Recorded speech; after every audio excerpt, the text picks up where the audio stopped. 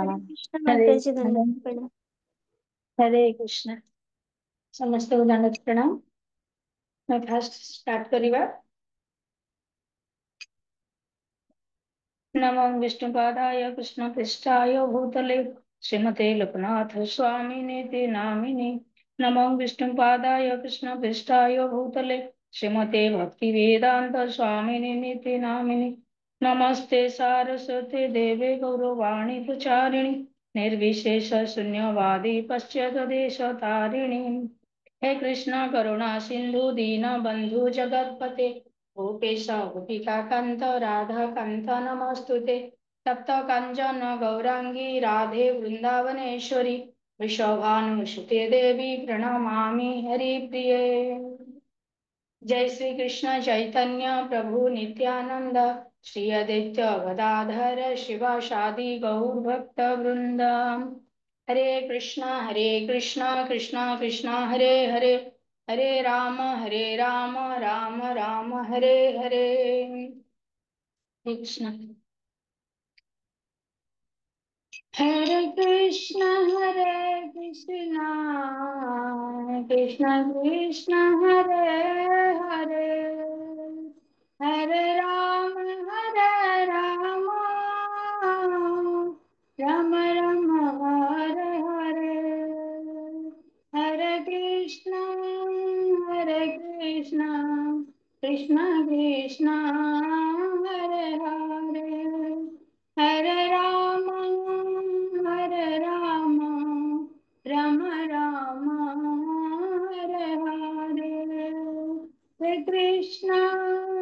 हरे कृष्ण कृष्ण कृष्ण हरे हरे हरे राम राम राम हरे हरे। हरे कृष्णा कृष्ण कृष्ण हरे हरे हरे राम राम राम हरे हरे। हरे कृष्ण कृष्ण कृष्ण हरे हरे हरे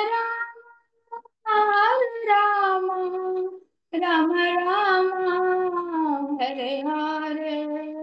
हरे कृष्ण कृष्ण कृष्ण हरे हरे हरे राम राम राम हरे हरे। हरे कृष्णा कृष्णा कृष्णा हरे हरे हरे राम राम राम हरे हरे। हरे कृष्णा कृष्णा कृष्णा हरे हरे हरे राम राम राम हरे हरे। हरे कृष्णा कृष्णा कृष्णा हरे हरे हरे राम राम राम हरे हरे। हरे कृष्णा कृष्णा कृष्णा हरे हरे हरे राम राम हरे हरे। जय जय प्रभुपाद प्रभुपाद। जय जय गुरुदेव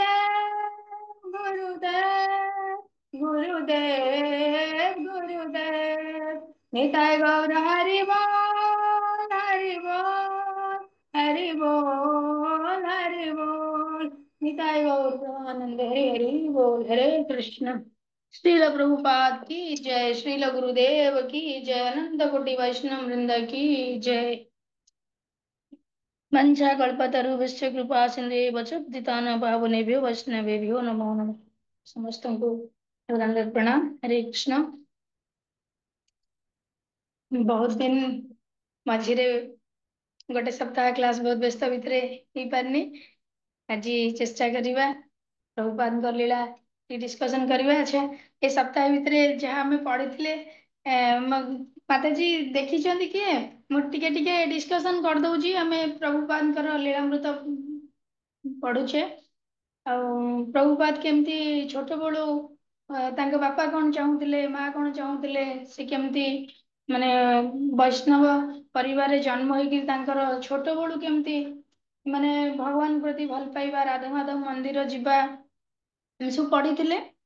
ଆଉ ଆଜି ତାପରେ ସେ କେମିତି ଭକ୍ତି ସିଦ୍ଧାନ୍ତ ସରସ୍ୱତୀ ଠାକୁରଙ୍କ ସହିତ ଦେଖା ହେଇଛନ୍ତି ଏବଂ ଆସିଛନ୍ତି ଭକ୍ତି ଲାଇନକୁ, କିନ୍ତୁ ତଥାପି ବହୁତ ଥର ଗୁରୁ ମହାରାଜ କହିଛନ୍ତି ବାରମ୍ବାର ଯେ ପ୍ରଚାର କର, କିନ୍ତୁ ଯେହେତୁ ପ୍ରଭୁପାଦ ମାନେ ସଂସାରରେ ଥିଲେ, ତାଙ୍କ ଉପରେ ତାଙ୍କ ଫ୍ୟାମିଲି ଡିପେଣ୍ଡେଣ୍ଟ ଥିଲେ, ସେଥିପାଇଁ ସେ ବହୁତ ଟାଇମ ଚିନ୍ତା କରନ୍ତି ମାନେ କରିବି, କିନ୍ତୁ ଭଗବାନଙ୍କର ଆଶୀର୍ବାଦ ତ ଥିଲା ନିଶ୍ଚିନ୍ତ, କିନ୍ତୁ ସମୟ ଆସିନଥିଲା ବୋଧେ। ସବୁ ଜିନିଷର ସମୟ ତ ନିଶ୍ଚିନ୍ତ ଆମକୁ ଯେତେବେଳେ ଆମେ ଯାହା କରିବାକୁ ଚାହିଁବା ବି ହେଇପାରିବନି, କିନ୍ତୁ ସମୟ ହିଁ ଆମକୁ ହିଁ ସେଇ ସ୍ଥାନକୁ ନେଇଯାଏ। ତେଣୁ ଆମେ ପଢିଥିଲେ। ଆଚ୍ଛା ପ୍ରଭୁପାଦଙ୍କ ଲୀଳାମୃତ ବୁକ୍ସ ଆମେ 8 ନମ୍ବର ପେଜ ଦେଖନ୍ତୁ, 8 ନମ୍ବର ପେଜ ଯାଇକି ଆମେ ପଢିଥିଲେ। ତାପରେ ଆମେ ଆଜି ଷ୍ଟାର୍ଟ କରିବା। ଯେତେବେଳେ ପ୍ରଭୁପାଦ ମାନେ ଭକ୍ତି ଲାଇନ ଅଛି, ସେତେବେଳେ ଆମର ଦେଶରେ ଚାଲିଥିଲା ତ ଜାଣିତେ, ଭାରତ ବର୍ଷ ସ୍ଵାଧୀନତା ପାଇଁ ସେତେବେଳେ ଆମର ମହାତ୍ମା ଗାନ୍ଧୀଙ୍କ ଡାକରାରେ ବହୁତ ଯୁବକ ମାନେ ଆଉ ସମସ୍ତେ ଦେଶ କେମିତି ସ୍ଵାଧୀନ ହଉ, ସେଥିରେ ବି ପ୍ରଭୁପାଦ ଆଉ ମାନେ ମହାତ୍ମା ଗାନ୍ଧୀଙ୍କ ଆହ୍ୱାନରେ ବି ପ୍ରଭୁପାଦ ବି ଆସିଥିଲେ। ମାନେ ସେତେବେଳେ ଯୋଉ ଜାଲିଆନବାଗ ହତ୍ୟାକାଣ୍ଡ ଘଟଣା ହେଇଥିଲା, ସେଇ ସମୟର ଘଟଣା। ସେତେବେଳେ ଭାରତ ବର୍ଷ ଯେତେବେଳେ ପରାଧୀନ ଥିଲା, ସ୍ଵାଧୀନ ହବା ପାଇଁ ମହାତ୍ମା ଗାନ୍ଧୀ ଅହିଂସା ନୀତିକୁ ଅବଲମ୍ବନ କରିଥିଲେ। ଯେ ଆମେ ଇଂରେଜ ମାନେ ତ ବହୁତ ଆମ ଉପରେ ମାନେ ଅତ୍ୟାଚାର କରୁଥିଲେ, ସେ ହିଂସାର କରୁଥିଲେ ଆମ ମାନଙ୍କ ଉପରେ, କିନ୍ତୁ ମହାତ୍ମା ଗାନ୍ଧୀ କହିଥିଲେ ଆମେ ଅହିଂସାରେ ତାଙ୍କୁ ଜବାବ ଦେବା। ଯାଉ ସେଇଟା ତ ମାନେ ବହୁତ ବଡ ଆମେ ଇତିହାସରେ ପଢିଛେ, କିନ୍ତୁ ଆମେ ତ ଆମ ଆଚାର୍ଯ୍ୟଙ୍କର ଜୀବନୀ ବିଷୟରେ ପଢିବା। କିନ୍ତୁ ଆମ ଆଚାର୍ଯ୍ୟ ବି ସେଇ ଲାଇନକୁ ଭଲ ପାଇଥିଲେ, ମାନେ ଯୋଗ ବି ଦେଇଛନ୍ତି, ଜଏନ ବି କରିଛନ୍ତି। ଯେତେବେଳେ ଏଇ ସ୍ଵାଧୀନତା ଇଏରେ ପ୍ରଭୁପାଦ ଜଏନ କରିଥିଲେ, ପ୍ରଭୁପାଦଙ୍କ ପିତା ମାତା କେବେ ବିଚଳିତ ହେଇନଥିଲେ। ସେ ତ ସମାଜ ସେବା ପାଇଁ ତ କାମ କରୁଛି ବୋଲି କିଛି ବିଚଳିତ ବି ହେଇନଥିଲେ। ସେତେବେଳେ କେତେ ମସିହା ହେଇଥିଲା ନା, 1920 ମସିହାରେ ପ୍ରଭୁପାଦ ଯେତେବେଳେ ପଢୁଥିଲେ କଲେଜରେ,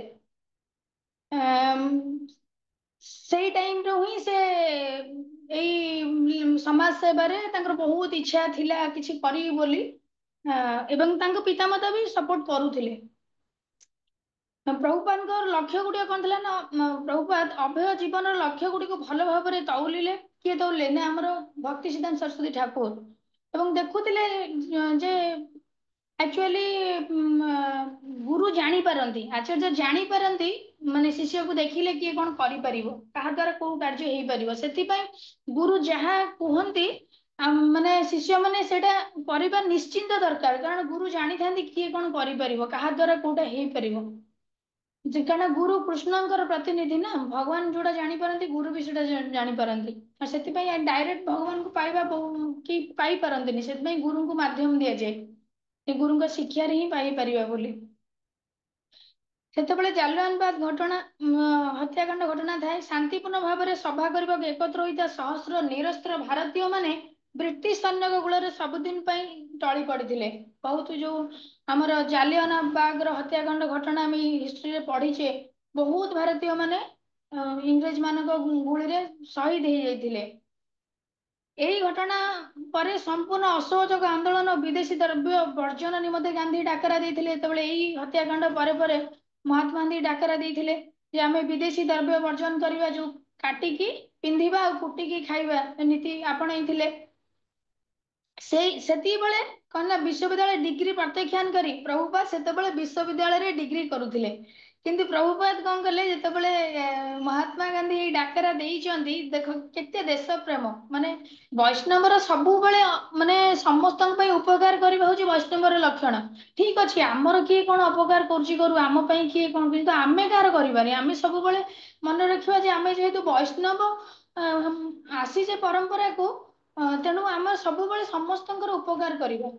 କିଏ କଣ କରୁଛି ଆମେ ତାକୁ ଦେଖିବାନି, କି କାହାର ଅପରାଧ ବି ଦେଖିବାନି, କାରଣ ଆମେ କାହାର ଅପରାଧ ଦେଖିବା ପାଇଁ ଆମକୁ, ଆମେ ଯଦି କାହା ଅପରାଧ ଦେଖିବା ତାହେଲେ ସେଇଟା ଆମକୁ ବି ଅପରାଧ ଲାଗିବ।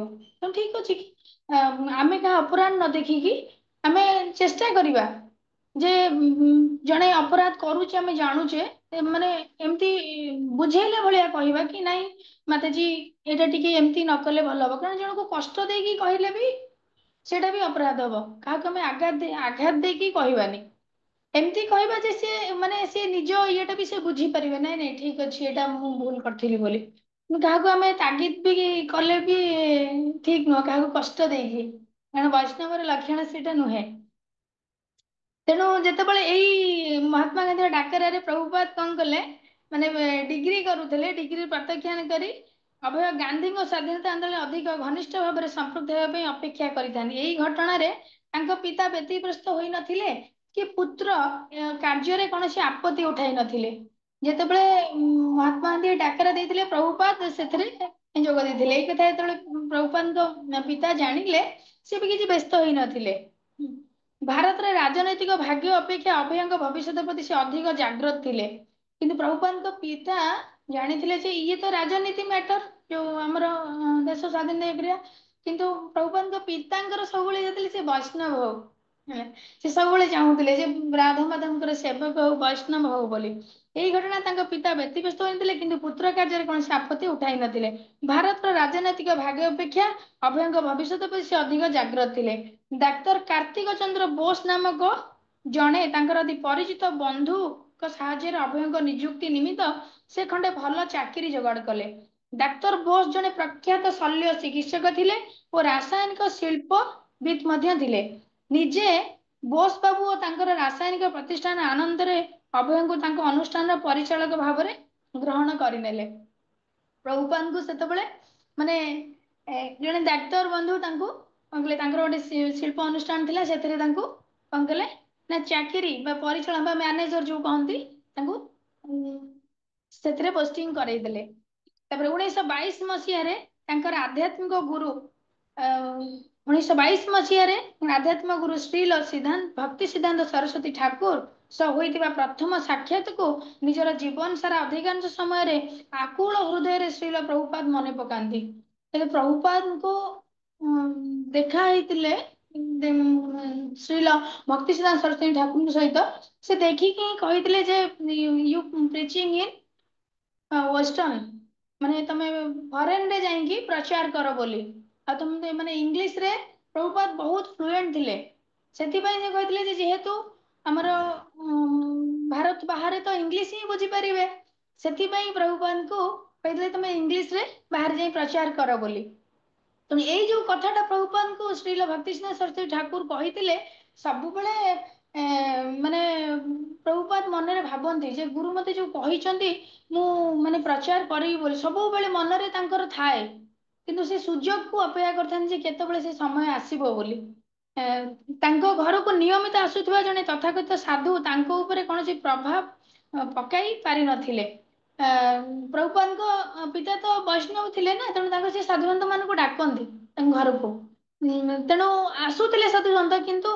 तथापि प्रभुपाद ऊपर किसी माने इफेक्ट पड़ नाला से प्रथम से भक्ति सिद्धांत सरस्वती को देखा करने को राजी नथिले से माने आसी नथिला जेहेतु प्रभुपाद से माने से समय आसी नथिला माने से जिते प्रथम देखार कहीदे भक्ति सरस्वती ठाकुर जे तमे प्रिचिंग कर बोली जाइंकी आउट ऑफ इंडिया बाहर कर बोली से कथाटा प्रभुपाद मन थिला तापर प्रभुपाद भावुता मन मुझे पुणी गुरु महाराज पुणी मत से जिन ही कहे मुझे एपर्त करनी से देखा करने कौन करते माने इच्छा करू राजी हो नथिले अभयंकर जड़े बंधु प्रोत्साहित कर निजस्व गौड़ीय मठ को नहीं गले माने प्रभुपाद जड़े सांग कौन कले माने कन्भिन्स करके नहीं गले गौड़ीय मठ को सेठारे से श्रील भक्ति सिद्धांत सरस्वती ठाकुर को साक्षात कले प्रथम तो साक्षात प्रभुपाद को कही फास्ट देखारे किंतु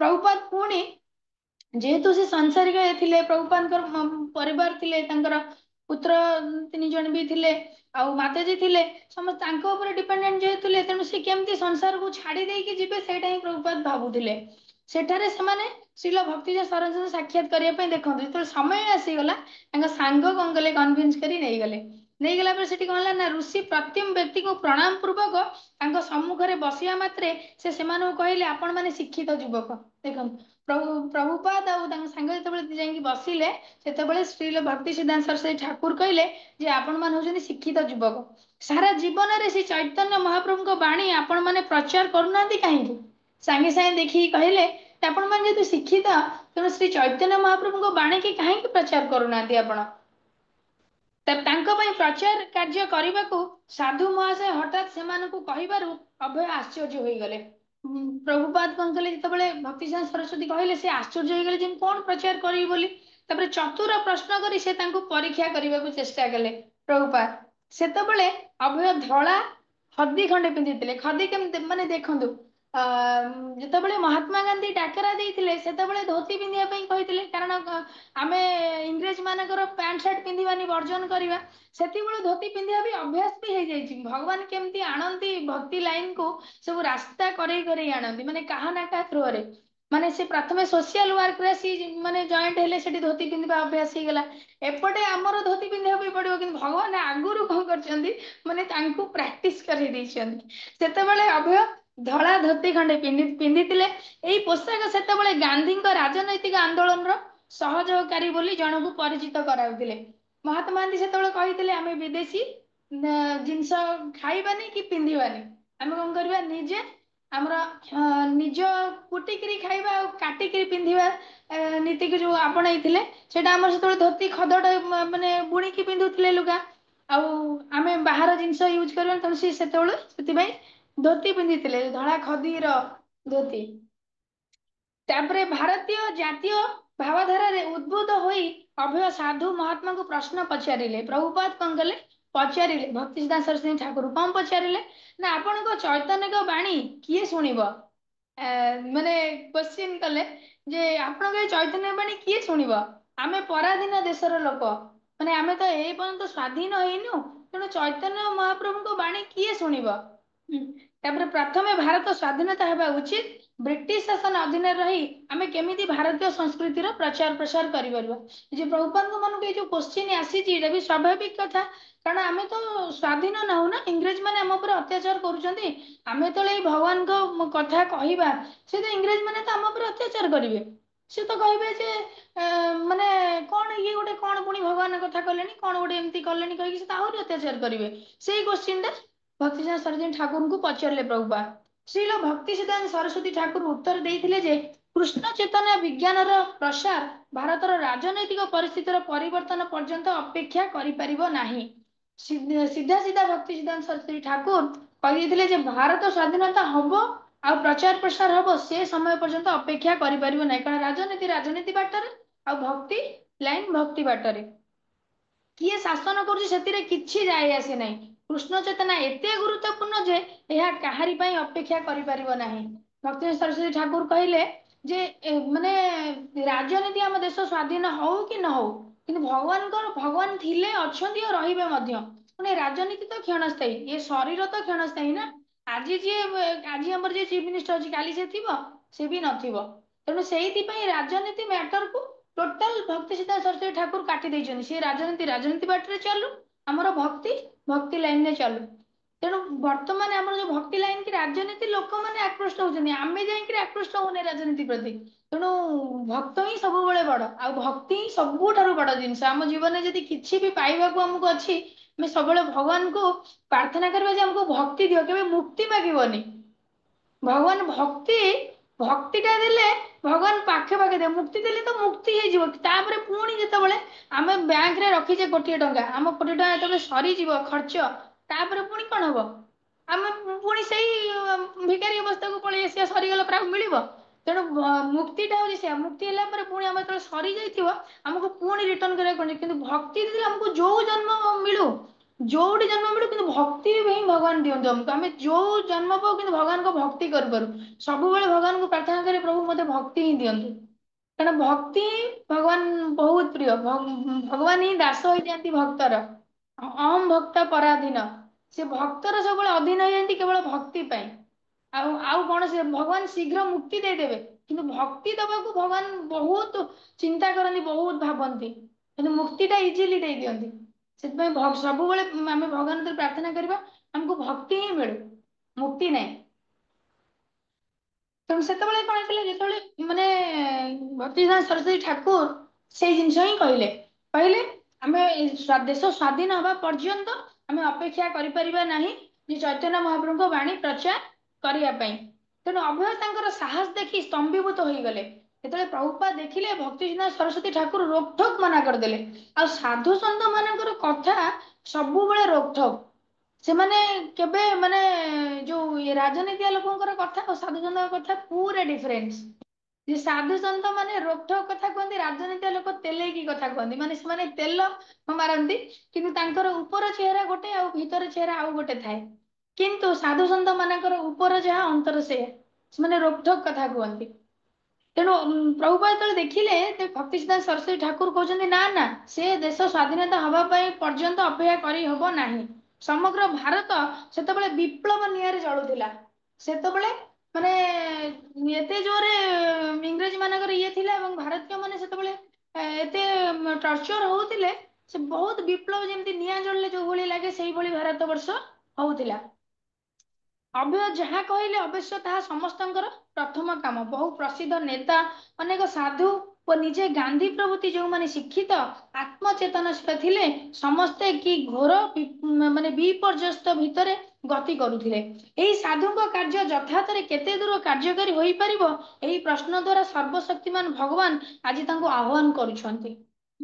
ମାତ୍ର ଶ୍ରୀଲ ଭକ୍ତି ସିଦ୍ଧାନ୍ତ ସରସ୍ୱତୀ ଠାକୁର କଥାର ସାରାଂଶ ହେଲା ସବୁ ଶାସନ ଅସ୍ଥାୟୀ। ମାନେ ଜଣେ ସାଧୁ ଜଣେ ଆଚାର୍ଯ୍ୟ ଯେତେବେଳେ ଏଇ କଥା କହିଛନ୍ତି ସେ କଥାର ମହତ୍ଵ ବହୁତ ଅଛି। ସବୁ ଅସ୍ଥାୟୀ କିନ୍ତୁ କେବଳ ସ୍ଥାୟୀ ଭକ୍ତି ଏବଂ ଭଗବାନ ହଉଛନ୍ତି ସ୍ଥାୟୀ। ମାତ୍ର ଶ୍ରୀଳ ଭକ୍ତି ସିଦ୍ଧାନ୍ତ ସରସ୍ୱତୀଙ୍କ ସାରାଂଶ ହେଲା ସବୁ ଅସ୍ଥାୟୀ କିନ୍ତୁ କୃଷ୍ଣ ଚେତନା ନିତ୍ୟ ଆଉ ଶାଶ୍ୱତ। କିନ୍ତୁ କୃଷ୍ଣ ଚେତନା ହଉଛି ନିତ୍ୟ ଏବଂ ଶାଶ୍ୱତ। ଆମ ନିଜର ସ୍ୱରୂପ ହଉଛି ଦିବ୍ୟ ଆତ୍ମା। କୌଣସି ମାନବକୃତ ରାଜନୈତିକ ଅବସ୍ଥା ମାନବ ଜାତିକୁ ସାହାଯ୍ୟ କରିପାରିବ ନାହିଁ। ଦେଖନ୍ତୁ ଏ ରାଜନୈତିକ ସ୍ଥିତି ବର୍ତ୍ତମାନ ଯୋଉ ଅଛି ସେ ଆମକୁ ସବୁଦିନ କଣ ସାହାଯ୍ୟ କରିପାରିବ? କେବେ ସାହାଯ୍ୟ କରିପାରିବନି। କିନ୍ତୁ ଯଦି କେବଳ ହିଁ ସାହାଯ୍ୟ କରିବା କେବଳ ଭଗବାନ ହିଁ ଆମକୁ ସାହାଯ୍ୟ କରିପାରିବେ ସବୁ ପରିସ୍ଥିତିରେ।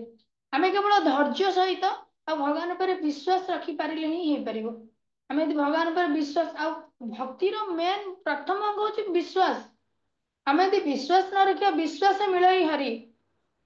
ଆମେ ଯଦି ବିଶ୍ୱାସ ନ କରିବା ତାହେଲେ ଭଗବାନଙ୍କୁ ଆମେ ପାଇପାରିବା ନାହିଁ। ପ୍ରଥମେ ହଉଛି ବିଶ୍ୱାସ।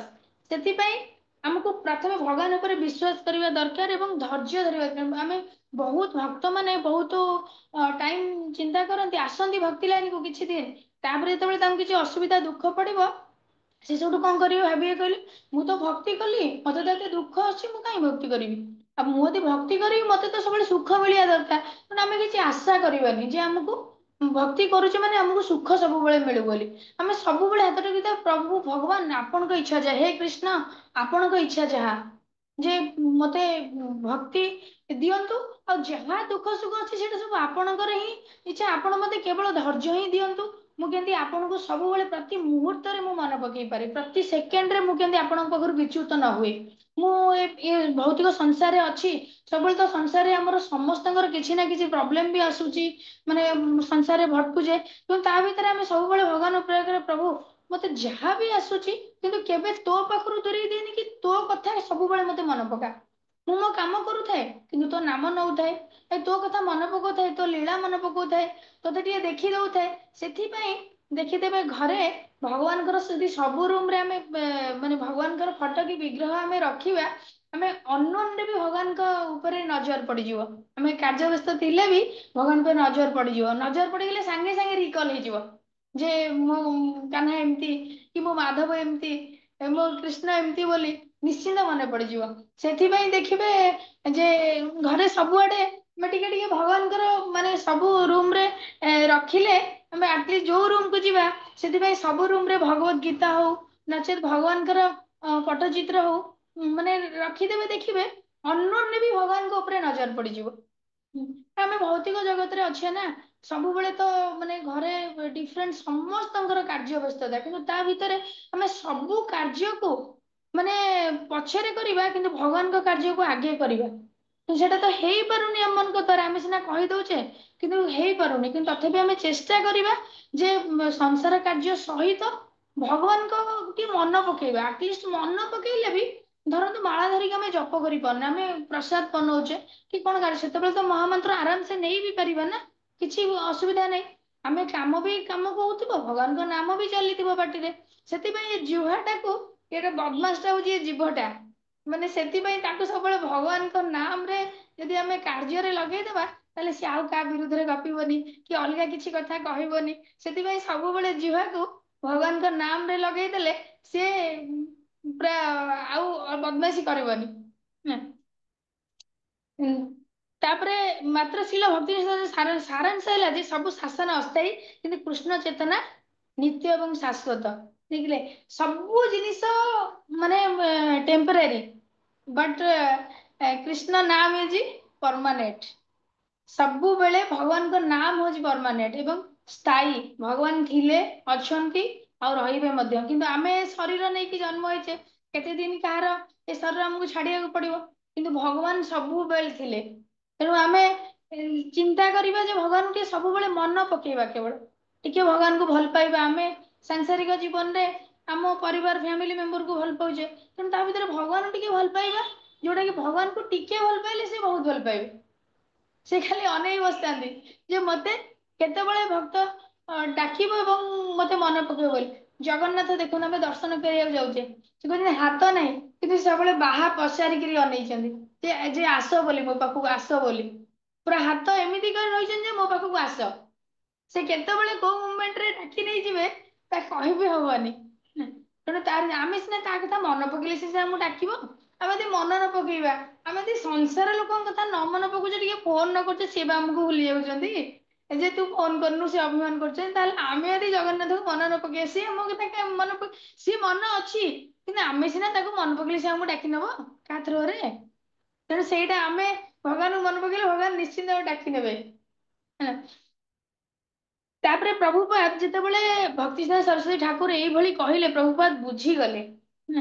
ତେଣୁ ବୁଝିଲେ କଣ କହିଲେ ନା, କହିଲେ ଯେ ବୈଦିକ ଶାସ୍ତ୍ର ଓ ଗୁରୁ ପରମ୍ପରାରେ ଆସୁଥିବା ଆଚାର୍ଯ୍ୟ ମାନଙ୍କ ଦ୍ଵାରା ଏହା ଘୋଷିତ କରାହେଲା ଯେ ଆମେ କଣ କରିବା ନା, ଦେଶ ସ୍ଵାଧୀନ ହେବା ପର୍ଯ୍ୟନ୍ତ ଚୈତନ୍ୟ ମହାପ୍ରଭୁଙ୍କ ବାଣୀ ପ୍ରଚାର କରିବାନି। ଆମେ ଏବେଠାରୁ ଚୈତନ୍ୟ ମହାପ୍ରଭୁଙ୍କ ବାଣୀ ପ୍ରଚାର କରିବା। ଦେଶ ସ୍ଵାଧୀନ ହବା ବାଟରେ ସ୍ଵାଧୀନ ହଉ ଏବଂ ଭଗବାନଙ୍କ ବାଣୀ ବି ପ୍ରଚାର ହେଇ ଚାଲୁ। ସେ କହିଲେ ପ୍ରକୃତ ମଙ୍ଗଳପ୍ରଦ କାର୍ଯ୍ୟ ଅସ୍ଥାୟୀ ଦେହ ଧାରଣାର ଉର୍ଦ୍ଧ୍ୱକୁ ଯିବା ଉଚିତ ଏବଂ ପ୍ରତ୍ୟେକ ପରବର୍ତ୍ତୀ ଜୀବନ ପାଇଁ ପ୍ରସ୍ତୁତ ହେବା ଉଚିତ ତଥା ପରମ ପୁରୁଷଙ୍କ ସହ ତାଙ୍କର ନିତ୍ୟ ସମ୍ବନ୍ଧ ସ୍ଥାପନ କରିବା ଉଚିତ। ଭଗବାନଙ୍କ ସହିତ ସମ୍ବନ୍ଧ ସ୍ଥାପନ କରିବା ନିହାତି ଦରକାର। ଆମେ ସଂସାର ଲୋକମାନଙ୍କ ସହିତ ଏତେ ଲୋକଙ୍କ ସହିତ ସମ୍ବନ୍ଧ ବାନ୍ଧୁଛେ, ଯଦି ଭଗବାନଙ୍କ ସହିତ ସମ୍ବନ୍ଧ ବାନ୍ଧିଦବା ନା, ତାହେଲେ ଏଇ ସଂସାରର ଲୋକ କାହାରି ଆବଶ୍ୟକତା ଆମକୁ ପଡିବନି। କିନ୍ତୁ ନିଶ୍ଚିନ୍ତ, କିନ୍ତୁ ଆମେ ଭଗବାନ ଭକ୍ତଙ୍କ ପାଇଁ କଣ ନ କରିଛନ୍ତି। ବହୁତ ଭଗବାନଙ୍କର ଲୀଳା ଓ ଷ୍ଟୋରି ଅଛି। ସେ କୋଉ ରୋଲ ନ କରିଛନ୍ତି। କାହାର ପୁତ୍ର ହେଇଯାଇଛନ୍ତି, କାହାର ପିତା ହେଇଯାଇଛନ୍ତି, କାହାର ଭାଇ ହେଇଯାଇଛନ୍ତି, ମାନେ କୋଉ ରୋଲ ନ କରିଛନ୍ତି ସେ। ମାନେ ସବୁ ଜିନିଷ ଯୋଉଟା କି ଫିଲ୍ ହଉଥିବ ଇମ୍ପସିବୁଲ। ଥରେ ଗୁରୁ ମହାରାଜ ବି କହୁଥିଲେ ଗୋଟେ ଷ୍ଟୋରି, ମାନେ ଭଗବାନଙ୍କୁ କଣ ମାନେ ଅବତାର ସିଏ ନ ନେଇଛନ୍ତି ଭକ୍ତ ପାଇଁ। ଯାହା ଯେତେବେଳେ ଦରକାର ପଡୁଛି ଭକ୍ତ ପାଇଁ ସେ ଅବତାର ନେଇଛନ୍ତି। କେତେ ଅବତାର ନେଇଛନ୍ତି। ଆଉ ସେଭଳି ଭଗବାନଙ୍କୁ ଆମେ ଭଲ ପାଉଛେ ମାନେ ନିଶ୍ଚିନ୍ତ ସେ ଆମକୁ ଭଲ ପାଇବେ। ଆଉ ଆମେ ମାନେ ବି ଭାଗ୍ୟବାନ ଯେ ଆମେ ଏଇ ଭକ୍ତି ଲାଇନକୁ ଆସିଛେ ଏବଂ ଭଗବାନଙ୍କୁ ଯେତିକି ବି ହଉ ଏ ସଂସାରରେ ରହିକିରି ମଧ୍ୟ ଭକ୍ତି କରିପାରୁଛେ। ସେଇଟା ଭଗବାନଙ୍କର ବହୁତ ବଡ କୃପା ଆମ ଉପରେ। ଆମ ଆଗ ଜନ୍ମର ନିଶ୍ଚିନ୍ତ ପ୍ରାରବ୍ଧ କର୍ମ କିଛି ଅଛି ବୋଲି ଆମେ ଭକ୍ତି ଲାଇନ କି ଆସିପାରିଛେ। ମାନେ ସମସ୍ତେ ଭକ୍ତି ଲାଇନକୁ ଆସିବା ବି ସହଜ ନୁହେଁ, ବହୁତ ବାଧାବିଘ୍ନ। ଆଜି ଭଗବାନଙ୍କ ପାଖକୁ ଅ ଆମେ ସଂସାରରେ ଆମ ସ୍ଵାମୀ ଯଦି ଆଉ କିଏ ଭଲ ପାଇବା ଆମେ ଛାଡିବା? କେବେ ନୁହଁ। ତେଣୁ ରାଧାରାଣୀ କୃପା ନ କଲେ ଆମେ ଭକ୍ତି ବି କରିପାରିବାନି। କାରଣ ସିଏ ନିଶ୍ଚିତ ବହୁତ, ସେଥିପାଇଁ କହନ୍ତି ରାଧାରାଣୀଙ୍କ କୃପା ହିଁ ପ୍ରଥମେ ଦରକାର। ସେଥିପାଇଁ ମାନେ କୃଷ୍ଣଙ୍କ ନାମ 50 ଥର ଡାକିଲେ କୃଷ୍ଣ ହଁ ଯିବି ତ ଆଉ, କିନ୍ତୁ ରାଧା ନାଁ ଥରେ ନେଲେ କୃଷ୍ଣ ବହୁତ ଖୁସି ହେଇଯାଆନ୍ତି, କିଏ ଡାକିଲା ବୋଲି। ଆଉ ରାଧା ବି ସେମିତି କୃଷ୍ଣଙ୍କ ନାଁ ନେଲେ ରାଧା ଖୁସି ହେଇଯାଆନ୍ତି। ମାନେ ବହୁତ ପରିପୂରକ। କିନ୍ତୁ ସେ ତତ୍ତ୍ୱ ଆମେ ସେତିକି ହେଇନେ, ଆମେ ସେଇ ଲେବୁଲକୁ ଯାଇନେ ଯେ ଫିଲ୍ କରିପାରିବା। କିନ୍ତୁ ଆମେ ବହୁତ ଭାଗ୍ୟବାନ, ଆମକୁ ଯୋଉ ଗୁରୁ ମହାରାଜ ଡେଲି ଆମକୁ ଦର୍ଶନ ଦଉଛନ୍ତି କୃଷ୍ଣଙ୍କ ରୂପରେ, ସେଇଟା ହିଁ ଆମ ପାଇଁ ବହୁତ ବଡ ଆଶୀର୍ବାଦ। ଆଉ କେହି ବି ଆମେ ମାନେ ସକାଳୁ ଜୁମ୍ ର ଜପତକୁ କେହି ମିସ୍ କରିବାନି। ସବୁବେଳେ ଜଏନ୍ କରିବା, ଗୁରୁ ମହାରାଜ ଦର୍ଶନ କରିବା, ଗୁରୁ ମହାରାଜ ସହିତ ଚାଣ୍ଟିଂ କରିବା। ଆଉ ସେଇ ବ୍ଲେସିଂ ହିଁ ଆମେ ସବୁବେଳେ ପାଇବା ପାଇଁ ଚେଷ୍ଟା କରିବା। କାରଣ ଗୁରୁ ମହାରାଜ ଆମ ପାଇଁ ବ୍ଲେସିଂ ଖୋଲି ଦେଇଛନ୍ତି। ଯେମିତି ଜଗନ୍ନାଥ ହାତ ପ୍ରସାରିଛନ୍ତି, ଆମ ପାଇଁ ଆମ ଗୁରୁ ମହାରାଜ ସେମିତି ହାତ ପ୍ରସାରିକି ଆଶୀର୍ବାଦ ଦଉଛନ୍ତି। ଯେତେବେଳେ ଗୁରୁ ମହାରାଜ ଆସୁଛନ୍ତି, କେତେ ସୁନ୍ଦର ସେ ବ୍ଲେସିଂ କରୁଛନ୍ତି, ପୁରା ମାନେ ଗଦଗଦ ହେଇଯାଉଛି ମନଟା ଗୁରୁ ମହାରାଜଙ୍କ ବ୍ଲେସିଂ। ତେଣୁ ଆମେ କେହି ବି ମିସ୍ କରିବାନି ଗୁରୁ ମହାରାଜଙ୍କ ସହିତ ଚାଣ୍ଟିଂ ମର୍ଣ୍ଣିଂ ରେ। ଆଉ ପ୍ରଭୁପାଦଙ୍କୁ ଗୁରୁ ମହାରାଜ କେତେ ଭଲ ପାଆନ୍ତି, ତାଙ୍କ ଗୁରୁଙ୍କୁ ସବୁ କରିଛନ୍ତି। ପ୍ରଭୁପାଦ ଯାହା କହିଛନ୍ତି ଗୁରୁ ମହାରାଜଙ୍କୁ, ସେ ସବୁ ଆଜି ପର୍ଯ୍ୟନ୍ତ କରି କରି ଚାଲିଛନ୍ତି। କିନ୍ତୁ ଆମେ ମାନେ ଗୁରୁ ମହାରାଜଙ୍କ କଥା କେତେ ଦୂର ମାନିଛେ, ସେଟା ଆମେ ନିଜକୁ ନିଜେ ହିଁ ପଚାରିବା ଦରକାର। ଗୁରୁ ମହାରାଜ ସବୁବେଳେ କେତେ ଖୁସି ହୁଅନ୍ତି ଜଏନ୍ କଲେ, ଯେ ଦେଖି ଦିଅନ୍ତି ଯେତେବେଳେ, ମାନେ really I am proud of you my Gurudev. Prabhupada ମାନେ ବୁଝିଗଲେ, ଯେତେବେଳେ ରୋକଠୋକ କଥା କହିଦେଲେ ଯେ ନାଇଁ ଏବେ କରିବାକୁ ପଡିବ, ପ୍ରଭୁପାଦ ସେଇଠି ହିଁ ବୁଝିଗଲେ। ତାପରେ କଣ କଲେ ପ୍ରଭୁପାଦ, ନା ଅଭୟ ନିଶ୍ଚିତ ରୂପେ ବୁଝିପାରିଲେ ଯେ ଏ ସାଧୁ ଗୋଳମାଳିଆ ସାଧୁ ନୁହନ୍ତି। ପ୍ରଭୁପାଦ ସେଇଠୁ ଚିହ୍ନିଦେଲେ ଯେ ନା ଭକ୍ତି ସରସ୍ୱତୀ ଇଏ ସାଧୁ ମାନେ ଗୋଳମାଳିଆ ସାଧୁ ନୁହନ୍ତି, ପୁରା ପରଫେକ୍ଟ ସାଧୁ। ତାପରେ କଣ କଲେ, ତେଣୁ ଶ୍ରୀଲ ଭକ୍ତି ସିଦ୍ଧାନ୍ତ ସରସ୍ୱତୀଙ୍କର ଯୁକ୍ତିକୁ ସେ ମନୋଯୋଗ ସହକାରେ ଶୁଣିଲେ। ଧୀରେ ଧୀରେ ସମସ୍ତ ବିଷୟ ତାଙ୍କର ଉଦ୍ବୋଧ ହେଉଛି ବୋଲି ସେ ବୁଝିପାରିଲେ। ଶ୍ରୀଲ ଭକ୍ତି ସିଦ୍ଧାନ୍ତ ସରସ୍ୱତୀ ଭଗବତ ଗୀତାରୁ ଗୋଟିଏ ସଂସ୍କୃତ ଶ୍ଲୋକ ଉଦ୍ଧାର କଲେ, ଯେଉଁଥିରେ ଭଗବାନ ଶ୍ରୀକୃଷ୍ଣ ସମସ୍ତ ଧର୍ମ ତ୍ୟାଗ କରି ତାଙ୍କଠାରେ ଶରଣ ନେବାକୁ ନିର୍ଦ୍ଦେଶ ଦେଇଛନ୍ତି। ତାପରେ ଭକ୍ତି ସିଦ୍ଧାନ୍ତ ସରସ୍ୱତୀ ଠାକୁର କଣ କଲେ, ଭଗବତ ଗୀତାର ଶ୍ଲୋକ ନମ୍ବର ମୋର ବି ମନେ ପଡୁନି, ସବୁ ସର୍ବଧର୍ମ ପରିତ୍ୟଜ୍ୟ ମାମେକଂ ଶରଣଂ ଭଜ ଅହଂ ତ୍ୱଂ ସର୍ବ ପାପେଭ୍ୟଂ ମାମେକଂ ଶୁଚୁ। ମାନେ ସବୁ ଧର୍ମ ତ୍ୟାଗ କରିକି ମୋର ଶରଣରେ ଆସ।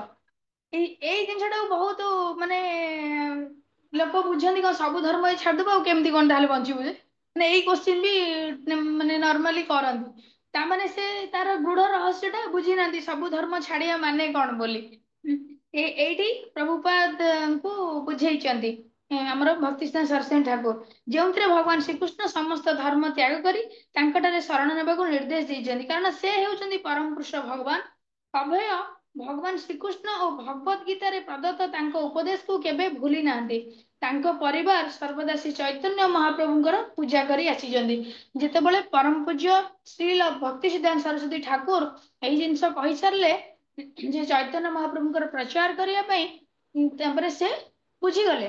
ସେଇ ଚୈତନ୍ୟ ମହାପ୍ରଭୁଙ୍କର ନିର୍ଦ୍ଦେଶ ଆଜି ଭକ୍ତି ସିଦ୍ଧାନ୍ତ ସରସ୍ୱତୀ ତାଙ୍କ ଆଗରେ ପ୍ରକାଶ କରୁଛନ୍ତି। ଯେଉଁଭଳି ଦୃଢତାର ସହ ସେ ସବୁ ଶିକ୍ଷା ଦିଆଯାଉଛି, ତାହା ଦେଖି ସେ ଆଶ୍ଚର୍ଯ୍ୟ ହୋଇଗଲେ। ଯୁକ୍ତିରେ ଅଭୟ ହାରିଗଲେ। ଯେତେବେଳେ ପ୍ରଭୁପାଦ କୋଶ୍ଚିନ୍ କରି ଯୁକ୍ତି କରୁଥିଲେ, ତାପରେ ପରମ ପୂଜ୍ୟ ଶ୍ରୀଲ ଭକ୍ତି ସିଦ୍ଧାନ୍ତ ସରସ୍ୱତୀ ଠାକୁରଙ୍କର ଉତ୍ତରରେ ସେ ପୁରା ମୁଗ୍ଧ ହେଇକରି ପୁରା ମାନେ ସରେଣ୍ଡର କରିଗଲେ। ଅଥଚ ଏଥିରେ ତାଙ୍କର ଆନନ୍ଦ କହିଲେ ନ ସରେ। ସେ ମାନେ ଏଭଳି ଜଣେ ସାଧୁଙ୍କର ସଙ୍ଗ ପାଇଲେ ଏବଂ ତାଙ୍କଠୁ ଯେତେବେଳେ ସେ ଉତ୍ତର ପାଇଲେ, ସେ ବହୁତ ଖୁସି ହେଇଗଲେ। ଏବଂ ତାଙ୍କୁ ଏତେ ଖୁସି ହେଇଗଲେ, ତାପରେ କଣ କଲେ ସେ ନା 2 ଘଣ୍ଟା ପରେ ଯେତେବେଳେ ଆଲୋଚନା ସରିଲା, ସେ ତାଙ୍କ ବନ୍ଧୁଙ୍କ ସହ ପାହାଚରେ ଓହ୍ଲେଇ ରାସ୍ତା ଉପରକୁ ଆସିଲେ। ସେ ସାଙ୍ଗ ନେଇକି ଯାଇଥିଲେ ତାଙ୍କୁ। ତାପରେ 2 ଘଣ୍ଟା ଡିସକସନ ହେଲା।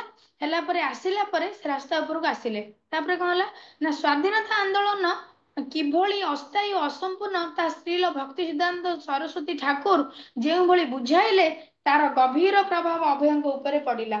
ଶ୍ରୀଲ ଭକ୍ତି ସିଦ୍ଧାନ୍ତ ସରସ୍ୱତୀ ଠାକୁର କଣ କଲେ, ବୁଝେଇ ଦେଲେ କେମିତି ଯେ ଏଇ ଯୋଉ ରାଜନୈତିକ ଜିନିଷ ହଉଛି ଅସ୍ଥାୟୀ, ଆଉ ଆମର ଭକ୍ତି ବା ଭଗବାନଙ୍କର ସେବା ବା କୃଷ୍ଣ ଚେତନା ହଉଛି ସ୍ଥାୟୀ ବୋଲି ବହୁତ ସୁନ୍ଦର ସେ ବୁଝେଇ ଦେଲେ।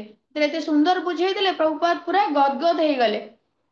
ସେ ନିଜକୁ ଜଣେ ଜାତୀୟବାଦୀ ଅପେକ୍ଷା ଅଧିକ ପରିମାଣରେ ଭକ୍ତି ସିଦ୍ଧାନ୍ତ ସରସ୍ୱତୀଙ୍କର ଅନୁଗାମୀ ବୋଲି ଭାବିଲେ।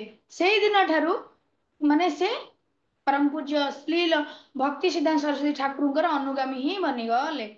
ତାପରେ ଆହୁରି ମଧ୍ୟ ସେ ଭାବିଲେ ବିଭା ହେଇ ନଥିଲେ ଭଲ ହେଇଥାନ୍ତା। ପ୍ରଭୁପାଦ ସେତେବେଳେ ଭାବିଲେ, ମୁଁ ନା ସିଏ ବି ଯେତେବେଳେ ଭାବିଛନ୍ତି ପ୍ରଭୁପାଦ, କାରଣ ପ୍ରଭୁପାଦ ଆଗରୁ ଆସିବା କଥା, କିନ୍ତୁ ସେ ଯେହେତୁ ସଂସାର କରିଛନ୍ତି ବୋଲି ମାନେ ପୁତ୍ର ଆଉ ପତ୍ନୀ କଥା ଭାବିଛନ୍ତି ଯେ ମୁଁ ଯଦି ଏମାନଙ୍କୁ ଛାଡି ଦେଇକି ଯିବି ତାହେଲେ ଏମାନଙ୍କ ଦାୟିତ୍ୱ କିଏ ବୁଝିବ ବୋଲି, ସେଥିପାଇଁ ସେ ଆସିପାରି ନଥିଲେ।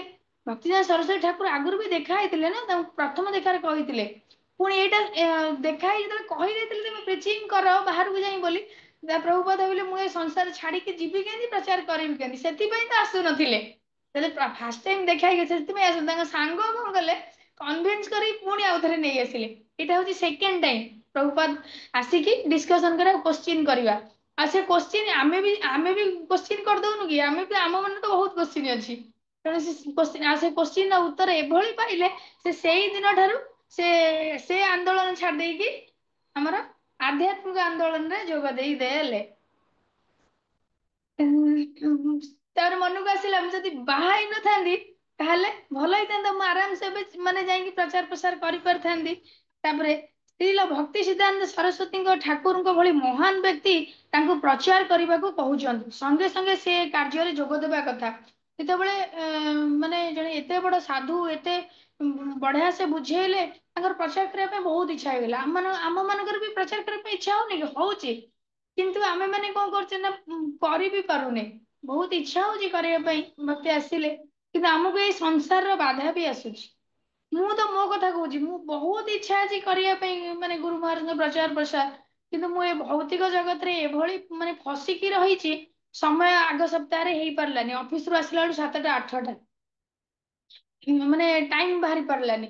ଆଉ ଛୁଟି ଅଛି ବୋଲି ଏଇ ଛୁଟିରେ ଭାବିଛି କ୍ଲାସ କରିବି ବୋଲି, କିନ୍ତୁ ସମସ୍ତେ ଛୁଟିରେ ତ କିଏ କୁଆଡେ ଯିବେ, ଯଦି ମାନେ କିଏ ରହିବେ କହିବା ତାହେଲେ ଆମେ ଆଉ ଟିକେ ମାନେ ଆମର ମାତାଜୀ ମାନଙ୍କ ଉପରେ ମୁଁ ଚିନ୍ତା କରିଛି, ଗୋଟେ ଥର ପ୍ରଭୁପଦଙ୍କ ଲୀଳା ଡିସ୍କସନ କରିବା, ଆଉ ଗୋଟେ ଥର ଆମେ ଆମର ମାତାଜୀ ମାନେ କେମିତି ହବା ଦରକାର, ମାତାଜୀ ମାନେ କଣ କରିବା ଦରକାର, ମାତାଜୀଙ୍କ ରୋଲ ସବୁ ଆମର ମାନେ ସେ ଡିଫରେଣ୍ଟ ରୋଲ ଗୁଡା ଆମକୁ ଟିକେ ପଢିବାକୁ ପଡିବ, ଆମେ ନ ଜାଣିଲେ କେମିତି ହବା।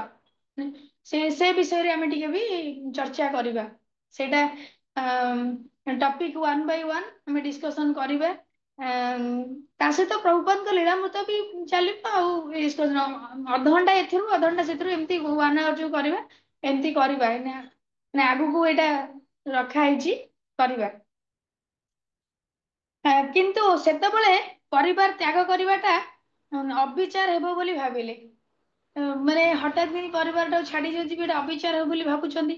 ତାଙ୍କ ବନ୍ଧୁକୁ ସେ କହିଲେ, କି ଅଦ୍ଭୁତ ଲୋକ ସେ ନୁହନ୍ତି ସତେ, ଶ୍ରୀ ଚୈତନ୍ୟ ମହାପ୍ରଭୁଙ୍କ ବାଣୀ ଏକ ସୁଯୋଗ ଲୋକଙ୍କ ହାତରେ ପଡିଛି।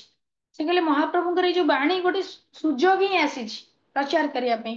ପରବର୍ତ୍ତୀ କାଳରେ ଶ୍ରୀଲ ପ୍ରଭୁପାଦ ମନେ ପକାଇ କହନ୍ତି, ପ୍ରକାଶ୍ୟରେ ନହେଲେ ବି ସେହିଦିନ ମୁଁ ତାଙ୍କୁ ମୋର ଆଧ୍ୟାତ୍ମିକ ଗୁରୁ ଭାବରେ ଗ୍ରହଣ କରି ନେଇଥିଲି। ମାନେ ସେଇଦିନ ଯୋଉ 2 ଘଣ୍ଟା ଡିସ୍କସନ, ସେଇ ଦିନ ଠାରୁ ପ୍ରଭୁପାଦ କଣ କରିଥିଲେ, ମାନେ ତାଙ୍କର ମନରେ ହିଁ ଗୁରୁ ରୂପେ ଗ୍ରହଣ କରି ନେଇ ସାରିଥିଲେ। ଯେ ମୁଁ ମାନେ ଏତେ ତାଙ୍କୁ ମନ ତାଙ୍କୁ ଆତ୍ମବିଭୋର ହେଇ ପଡିଥିଲେ, ଯେ ସେଇ ଦିନ ହିଁ ସେ ମନେ ମନେ ଗୁରୁ ରୂପେ ଗ୍ରହଣ କରି ନେଇଥିଲେ। ପରବର୍ତ୍ତୀ କାଳରେ ଶ୍ରୀ ପ୍ରଭୁପାଦ ମନେ ପକାଇଲେ ଏବଂ ତାଙ୍କୁ ଗୁରୁ ରୂପେ ଗ୍ରହଣ କରିନେଲେ। ହୃଦୟରେ ମୁଁ ତାଙ୍କୁ ଗୁରୁ ବୋଲି ସେଇଦିନ ମାନିଥିଲି। ମୁଁ ଭାବିଲି ମୁଁ ଜଣେ ସୁନ୍ଦର ସାଧୁଙ୍କ ସାକ୍ଷାତ ପାଇଲି। ପ୍ରଭୁପାଦ ସେଇଦିନ ଭାବିଲେ, ଯାହା ହଉ ମୋ ଭାଗ୍ୟରେ ମୁଁ ବହୁତ ସୁନ୍ଦର ସାଧୁଙ୍କୁ ପାଇପାରିଲି। ଶ୍ରୀଲ ଭକ୍ତି ସିଦ୍ଧାନ୍ତ ସରସ୍ୱତୀଙ୍କ ସହ ପ୍ରଥମ ଦେଖା ହେବା ପରେ ଅଭୟ ଗୌଡୀୟ ମଠର ଭକ୍ତ ମାନଙ୍କ ସହ ଅଧିକ ମିଳାମିଶା କଲେ। ସେବେଠାରୁ ପ୍ରଭୁପାଦଙ୍କୁ ମାନେ ଏତେ ଖୁସି ହେଇଗଲେ, ସିଏ କଣ କଲେ ନା ଗୌଡୀୟ ମଠ ଭକ୍ତ ମାନଙ୍କ ସହିତ କଣ କଲେ, ମିଳାମିଶା କଲେ। ସେମାନେ ତାଙ୍କୁ ବହିପତ୍ର ଦେଲେ ଓ ତାଙ୍କ ଗୁରୁ ମହାରାଜଙ୍କର ଇତିହାସ କହିଲେ। ଶ୍ରୀଲ ଭକ୍ତି ସିଦ୍ଧାନ୍ତ ସରସ୍ୱତୀ ଠାକୁରଙ୍କର ଇତିହାସ କଣ କଲେ, ଆମର ପୁରୀରେ ଶ୍ରୀଲ ଭକ୍ତି ସିଦ୍ଧାନ୍ତ ସରସ୍ୱତୀ ଠାକୁରଙ୍କର ମଠ ଅଛି ଜଗନ୍ନାଥ ମନ୍ଦିର ପାଖରେ, ଆଉ ସେଇଠି ହିଁ ସେ ଜନ୍ମ ହେଇଥିଲେ। କେମିତି ଛୋଟ 6 ଦିନର ହେଇଥିଲେ, ଜଗନ୍ନାଥଙ୍କ ରଥ କେମିତି ସେଇଠି ହିଁ ଅଟକି ଯାଇଥିଲା। ଆଉ ଯେତେବେଳେ ଭକ୍ତି ସିଦ୍ଧାନ୍ତ ସରସ୍ୱତୀ ଠାକୁରଙ୍କ ମା ଆଣିକି ଦେଖେଇଲେ, ଜଗନ୍ନାଥଙ୍କୁ ଦେଖି ସାରି ମାନେ ନେଇକି ପ୍ରଣାମ କରିଲା ବେଳେ ଜଗନ୍ନାଥଙ୍କ ମାଳ ବି ତାଙ୍କ ଉପରେ ଖସି ପଡିଥିଲା ପୁରା। ଆଉ ତାପରେ ରଥ ସେଇଠି ଅଟକି ଯାଇଥିଲା, ତାପରେ ଯାଇ ରଥ ଯାଇଥିଲା। ଯେତେବେଳେ ଭକ୍ତି ସିଦ୍ଧାନ୍ତ ସରସ୍ୱତୀ ଠାକୁର ଦର୍ଶନ କରିସାରିଲେ, ତାପରେ ରଥ ଯାଇ ଗଡିଥିଲା। ଦେଖନ୍ତୁ କେତେ ବଡ ମହାନ ଭକ୍ତ, ଭଗବାନ ଅଟକି ଯାଇଥିଲେ ଏତେ ଛୋଟ ବେଳୁ। ଶ୍ରୀଲ ଭକ୍ତିଯା ସରସ୍ୱତୀ ଶ୍ରୀ ଚୈତନ୍ୟ ମହାପ୍ରଭୁଙ୍କ ଠାରୁ ଆସୁଥିବା ଗୁରୁ ପରମ୍ପରାର ଅନ୍ୟତମ ବୈଷ୍ଣବ ଆଚାର୍ଯ୍ୟ। ଆମର ଯୋଉ ଚୈତନ୍ୟ ମହାପ୍ରଭୁଙ୍କ ପରମ୍ପରାରେ ଆମେ ଅଛେ, ଆମର ଭକ୍ତି ସିଦ୍ଧାନ୍ତ ସରସ୍ୱତୀ ଠାକୁର ହଉଛନ୍ତି ସେଇ ପରମ୍ପରାର ଜଣେ ବୈଷ୍ଣବ ବା ଆଚାର୍ଯ୍ୟ। ଗୁରୁ ମହାରାଜ ଭକ୍ତି ବିନୋଦ ଠାକୁରଙ୍କର ପୁତ୍ର ଥିଲେ। ଆମେ ଜାଣିଛେ ଭକ୍ତି ବିନୋଦ ଠାକୁର ପୁରୀର ମାଜିଷ୍ଟ୍ରେଟ ଥିଲେ। ତାଙ୍କ ପୁତ୍ର ହଉଛନ୍ତି ଶ୍ରୀଲ ଭକ୍ତି ସିଦ୍ଧାନ୍ତ ସରସ୍ୱତୀ ଠାକୁର। ଭକ୍ତି ବିନୋଦଙ୍କ ପୂର୍ବରୁ ଶ୍ରୀ ଚୈତନ୍ୟ ମହାପ୍ରଭୁଙ୍କର ଶିକ୍ଷା ଶ୍ରୀ ଚୈତନ୍ୟ ମହାପ୍ରଭୁଙ୍କର ଅନୁଗାମୀ ବୋଲି ଛଳନା କରୁଥିବା, ଅଥଚ ବହୁ ବାଟରେ ତାଙ୍କ ଶିକ୍ଷାରୁ ବିଚ୍ୟୁତ ହୋଇଥିବା ତଥାକଥିତ ଗୁରୁମାନଙ୍କ ଦ୍ୱାରା ଯଥାନୁରୂପ ଭାବେ ଆସୁନଥିଲେ। ଆଗରୁ ଯୋଉମାନେ ଥିଲେ ସେମାନେ ପରମ୍ପରାରେ ଠିକ ଆସୁନି। ସେଥିପାଇଁ ଆମକୁ ସବୁବେଳେ ଦେଖିଥିବେ, କହନ୍ତିନି ଯୋଉ ଆମେ ଗୁରୁ ଗ୍ରହଣ କରିବା ଯିଏ ପରମ୍ପରାରେ ଥିବେ, କାରଣ ଆମ ପରମ୍ପରାରେ ଯିଏ ଥିବେ ସେଇ ଗୁରୁ ଆମେ ଗ୍ରହଣ କଲେ ଆମେ ଆଗକୁ ଭକ୍ତି ଲାଇନରେ ଯାଇପାରିବା। କିନ୍ତୁ ଏବେ ପରମ୍ପରାରେ ନାହାନ୍ତି, ବହୁତ କହୁଛନ୍ତି ନିଜକୁ ଗୁରୁ ବୋଲି କହୁଛନ୍ତି କହୁଛନ୍ତି। ସେଥିପାଇଁ ଆମେ ଯେତେବେଳେ ଭକ୍ତି ଲାଇନକୁ ଆସୁଛେ ପରମ୍ପରାକୁ ଦେଖିକି ହିଁ ଆମେ ଜଏନ କରିବା। ଆମ ପରମ୍ପରାରେ ହିଁ ଆମ ପରମ୍ପରାରେ ଗୁରୁ ଅଛନ୍ତି। ଆମ ପରମ୍ପରା ଯୋଉ କହନ୍ତିନି ନିଜ ଘର ନିଜକୁ ସୁନ୍ଦର, ତେଣୁ ସେ ଅନୁସାରେ ଆମେ ଯୋଉ ପରମ୍ପରାରେ ଅଛେ ଆମ ପରମ୍ପରାର ଗୁରୁ ମାନଙ୍କ କଥା ଶୁଣିବା। ଆମେ ୟୁଟ୍ୟୁବ ଫେସବୁକ ରେ ଅନ୍ୟ ପରମ୍ପରାର କିଛି ବି ଶୁଣିବାନି, କେବଳ ଆମରି ପରମ୍ପରାରେ ଆମର ଆମର ଗୁରୁ ମହାରାଜଙ୍କର ଯେତିକି ଅଛି ଟପିକ, ଯେତିକି ପ୍ରିଚିଂ ଅଛି, ଆମେ ଯଦି ଖାଲି ଗୁରୁ ମହାରାଜଙ୍କର ପଢିବା ଆମକୁ ତ ସମୟ ମିଳିବନି। ଆଉ ଅଲଗା କାହା ଯେତେବେଳେ ଆମକୁ ଯଦି ଇଚ୍ଛା ହଉଛି କିଛି ଫେସବୁକ ରେ ଦେଖିବା ପାଇଁ, ଗୁରୁ ମହାରାଜଙ୍କର ଜୁମ୍ ଟେମ୍ପୁଲ ଏବେ ଯୋଉ ଟକ୍ ହଉଛି ସିଏ ଛଡା ହେଲା। ସବୁ ଏବେ ତ ଗୁରୁ ମହାରାଜ ଆମ ପାଇଁ ସବୁ ଓପନ କରିଦେଲେଣି। ତେଣୁ ଯେତେବେଳେ ଇଚ୍ଛା ହଉଛି ଘରେ କିଛି ଶୁଣିବା ପାଇଁ ଗୁରୁ ମହାରାଜ କୀର୍ତ୍ତନ ଲଗେଇଦବା। କଣ କିଛି ଗୁରୁ ମହାରାଜ ଆମ ପାଇଁ ଅଭାବ ରଖିନାହାନ୍ତି। ମାନେ ଆମେ ଏଭଳି ଜଣେ ପିତା ପାଇଛେ, ସେ ଆମ ପାଇଁ କିଛି ବି ଅଭାବ ରଖିନାହାନ୍ତି। ନା ତାଙ୍କ କୀର୍ତ୍ତନର ଅଭାବ, ନା ତାଙ୍କ ପ୍ରିଚିଂ ର ଅଭାବ, ନା ତାଙ୍କୁ ଦେଖିବାର ଅଭାବ, ନା ତାଙ୍କୁ ଦର୍ଶନ କରିବାର ଅଭାବ, ନା ମାନେ କିଛି ବି। ମାନେ ଆମେ ଏତେ ଭାଗ୍ୟବାନ ଯେ ଶିଷ୍ୟ ମାନେ ଗୁରୁଙ୍କୁ ଦର୍ଶନ ପାଇ ପାରୁନାହାନ୍ତି, କିନ୍ତୁ ଆମେ ଡେଲି ଦର୍ଶନ କରୁଛେ। ମାନେ ଗୁରୁ ମହାରାଜ ଏମିତି ଜୁମ୍ ଟେମ୍ପୁଲ ଖୋଲି ଦେଇଛନ୍ତି, ମନ୍ଦିରରେ ସବୁବେଳେ ଆମ ଆମ ପିତା ଅଛନ୍ତି ଆଉ ସବୁବେଳେ ଆମେ ଦର୍ଶନ କରୁଛେ। ଏଭଳିଆ ଭାଗ୍ୟ ଆଉ ଆସିବ ଯଦି ଆମେ କୋଉ ଜନ୍ମର କେତେ ଯେ ପୁଣ୍ୟ କରିଥିଲେ ଆମେ ଏଭଳି ଗୁରୁଙ୍କର ମାନେ ଆଶ୍ରିତ ହେଇଛେ ଏବଂ ପିତା ରୂପରେ ପାଇଛେ, ସେଇଟା ଆମର ବହୁ ଜନ୍ମର ତପସ୍ୟା ଫଳ। ନିଶ୍ଚିନ୍ତ ମୁଁ ତ କହିବି ନିଶ୍ଚିନ୍ତ ବହୁ ଜନ୍ମର ତପସ୍ୟା ଫଳ ବୋଲି ଆମେ ଏଭଳି ଗୁରୁ ପାଇଛେ। ମାନେ ମୁଁ ଗୁରୁଦେବଙ୍କୁ ଦେଖିଲେ ମତେ କାହିଁକି କାହିଁ କାନ୍ଦ କାନ୍ଦ ଲାଗି ମୁଁ ଜାଣିପାରେନି। ବହୁତ ନିଜର ଫିଲ୍ ହୁଅନ୍ତି, ବହୁତ ନିଜର ଫିଲ୍ ହୁଅନ୍ତି। ଯେ ସଂସାରରେ ଏ ମାନେ ଯୋଉ ପ୍ରଥମେ ଗୁରୁବାର ସହିତ ଜୁମ ରେ ଜଏନ କରିଥିଲି, ବହୁତ ନିଜର ଲାଗିଥିଲେ। ମୁଁ ମାନେ କିଛି ସେଇ ଦିନ ଠାରୁ ଆଜି ପର୍ଯ୍ୟନ୍ତ ମାନେ କୋଉ ଦିନ ବି ଗୁରୁଙ୍କର ଏତିକି ମାନେ ମାନେ କୃପା। ମୁଁ କେବେ ବି ଏମିତି ବସ ରେ ଜର୍ଣ୍ଣିରେ ମୁଁ ମାଲକାନଗିରି ଥିଲି, ଆସିଲେ ବି ଚାର୍ଜ ମୋବାଇଲ ରେ ଥିବ ମାନେ ବସ ରେ ଚାର୍ଜ ହେଇପଡିଥିଲା, ମୁଁ ଯାହା ବି ହେଲେ ଜଏନ କରିବି। ମାନେ ଭିଡିଓ ଅଫ୍ କରି ମତେ ଭିଡିଓ ଅଫ୍ କରିବାକୁ ଭଲ ବି ଲାଗେନି ଜମା। ମତେ ଫିଲ୍ ହୁଏ ମୁଁ ମାନେ ଆବସେଣ୍ଟ ରହିଯାଇଛି ନା କଣ ଭିଡିଓ ଅଫ୍ କଲେ। ମୁଁ ଭିଡିଓ ଅନ୍ କରି ବସ ରେ ବି ବସେ, ଯେମିତି ବି ଯେତେବେଳେ ମତେ ଭିଡିଓ ଅଫ୍ କରିବା ଭାରି ମତେ ମାନେ ଫିଲ୍ ହୁଏ, ଅନସଫୋକେଟେଡ୍ ଫିଲ୍ ହୁଏ। ମୁଁ ଯଦି ଭିଡିଓ ଅଫ୍ କରିବା ପାଇଁ ଇଚ୍ଛା କରେ, ଯେତିକି ସମୟ ସେତିକି ସମୟ ଆଟଲିଷ୍ଟ ମୁଁ ଗୁରୁଙ୍କ ସହିତ ହେଲେ ଟିକେ ବସିବି, ମାନେ ଭିଡିଓ ଟା କାହିଁକି ଅଫ୍ କରିବି ବୋଲି। କିନ୍ତୁ ସିଚୁଏସନ ଯଦି ଅତି ଇଏ ହୁଏ ତ କରିବା, କିନ୍ତୁ ଆମେ ସବୁବେଳେ ଚେଷ୍ଟା କରିବା ଗୁରୁବାର ସହିତ ଭିଡିଓ ଅନ୍ କରି ରହିବା ପାଇଁ। କାରଣ ଗୁରୁ ମହାରାଜ ଦେଖୁଛନ୍ତି ନା, ଭିଡିଓ ଯଦି ଅଫ୍ କରିବା ଗୁରୁ ମହାରାଜ ଆମକୁ ଡାଇରେକ୍ଟ କଣ ଦେଖିପାରିବେ? ଦେଖିପାରିବେନି। ନା ଟା ଗୁରୁ ମହାରାଜ ଆଉ ନା ଟାକୁ ପଢୁଥିବେ କି, କିନ୍ତୁ ଫେସ୍ ଟାକୁ ଦେଖିଲେ ଭଲ। ମାନେ କିନ୍ତୁ ଚେଷ୍ଟା କରିବା ଆମେ ଅଫ୍ ନ କରିବା ପାଇଁ। ତେଣୁ ସେଇ ଦିନ ଠାରୁ ପ୍ରଭୁପାଦଙ୍କୁ ଭକ୍ତିସିଂହ ସରସ୍ୱତୀ ଠାକୁର ବହୁତ ଭଲ ଲାଗିଥିଲେ। ଆଉ ସେ ତାଙ୍କୁ ଗୁରୁ ରୂପେ ଗ୍ରହଣ କରି ନେଇଥିଲେ।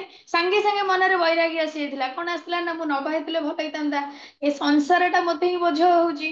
ଆମେ ମାନେ ମନେ ମନେ ମୁଁ ତ ବହୁତ ଟାଇମ ଏଇ କଥା ହିଁ ଭାବେ ଯେ ମୁଁ ବୋଧେ ସଂସାର ଇଏରେ ନଥିଲେ ବୋଧେ ବେଶୀ ଭକ୍ତି କରିଥାଏ। କିନ୍ତୁ ଭଗବାନଙ୍କ ଇଚ୍ଛା ଅଛି। ଆଉ ମାତାଜୀ ମାନଙ୍କୁ ପ୍ରଭୁପାଦ ସବୁବେଳେ କହିଛନ୍ତି, ଆମ ଗୁରୁ ନିର୍ଦ୍ଦେଶ ମାତାଜୀ ମାନେ ସମସ୍ତେ ମ୍ୟାରେଜ କରିବ ବୋଲି।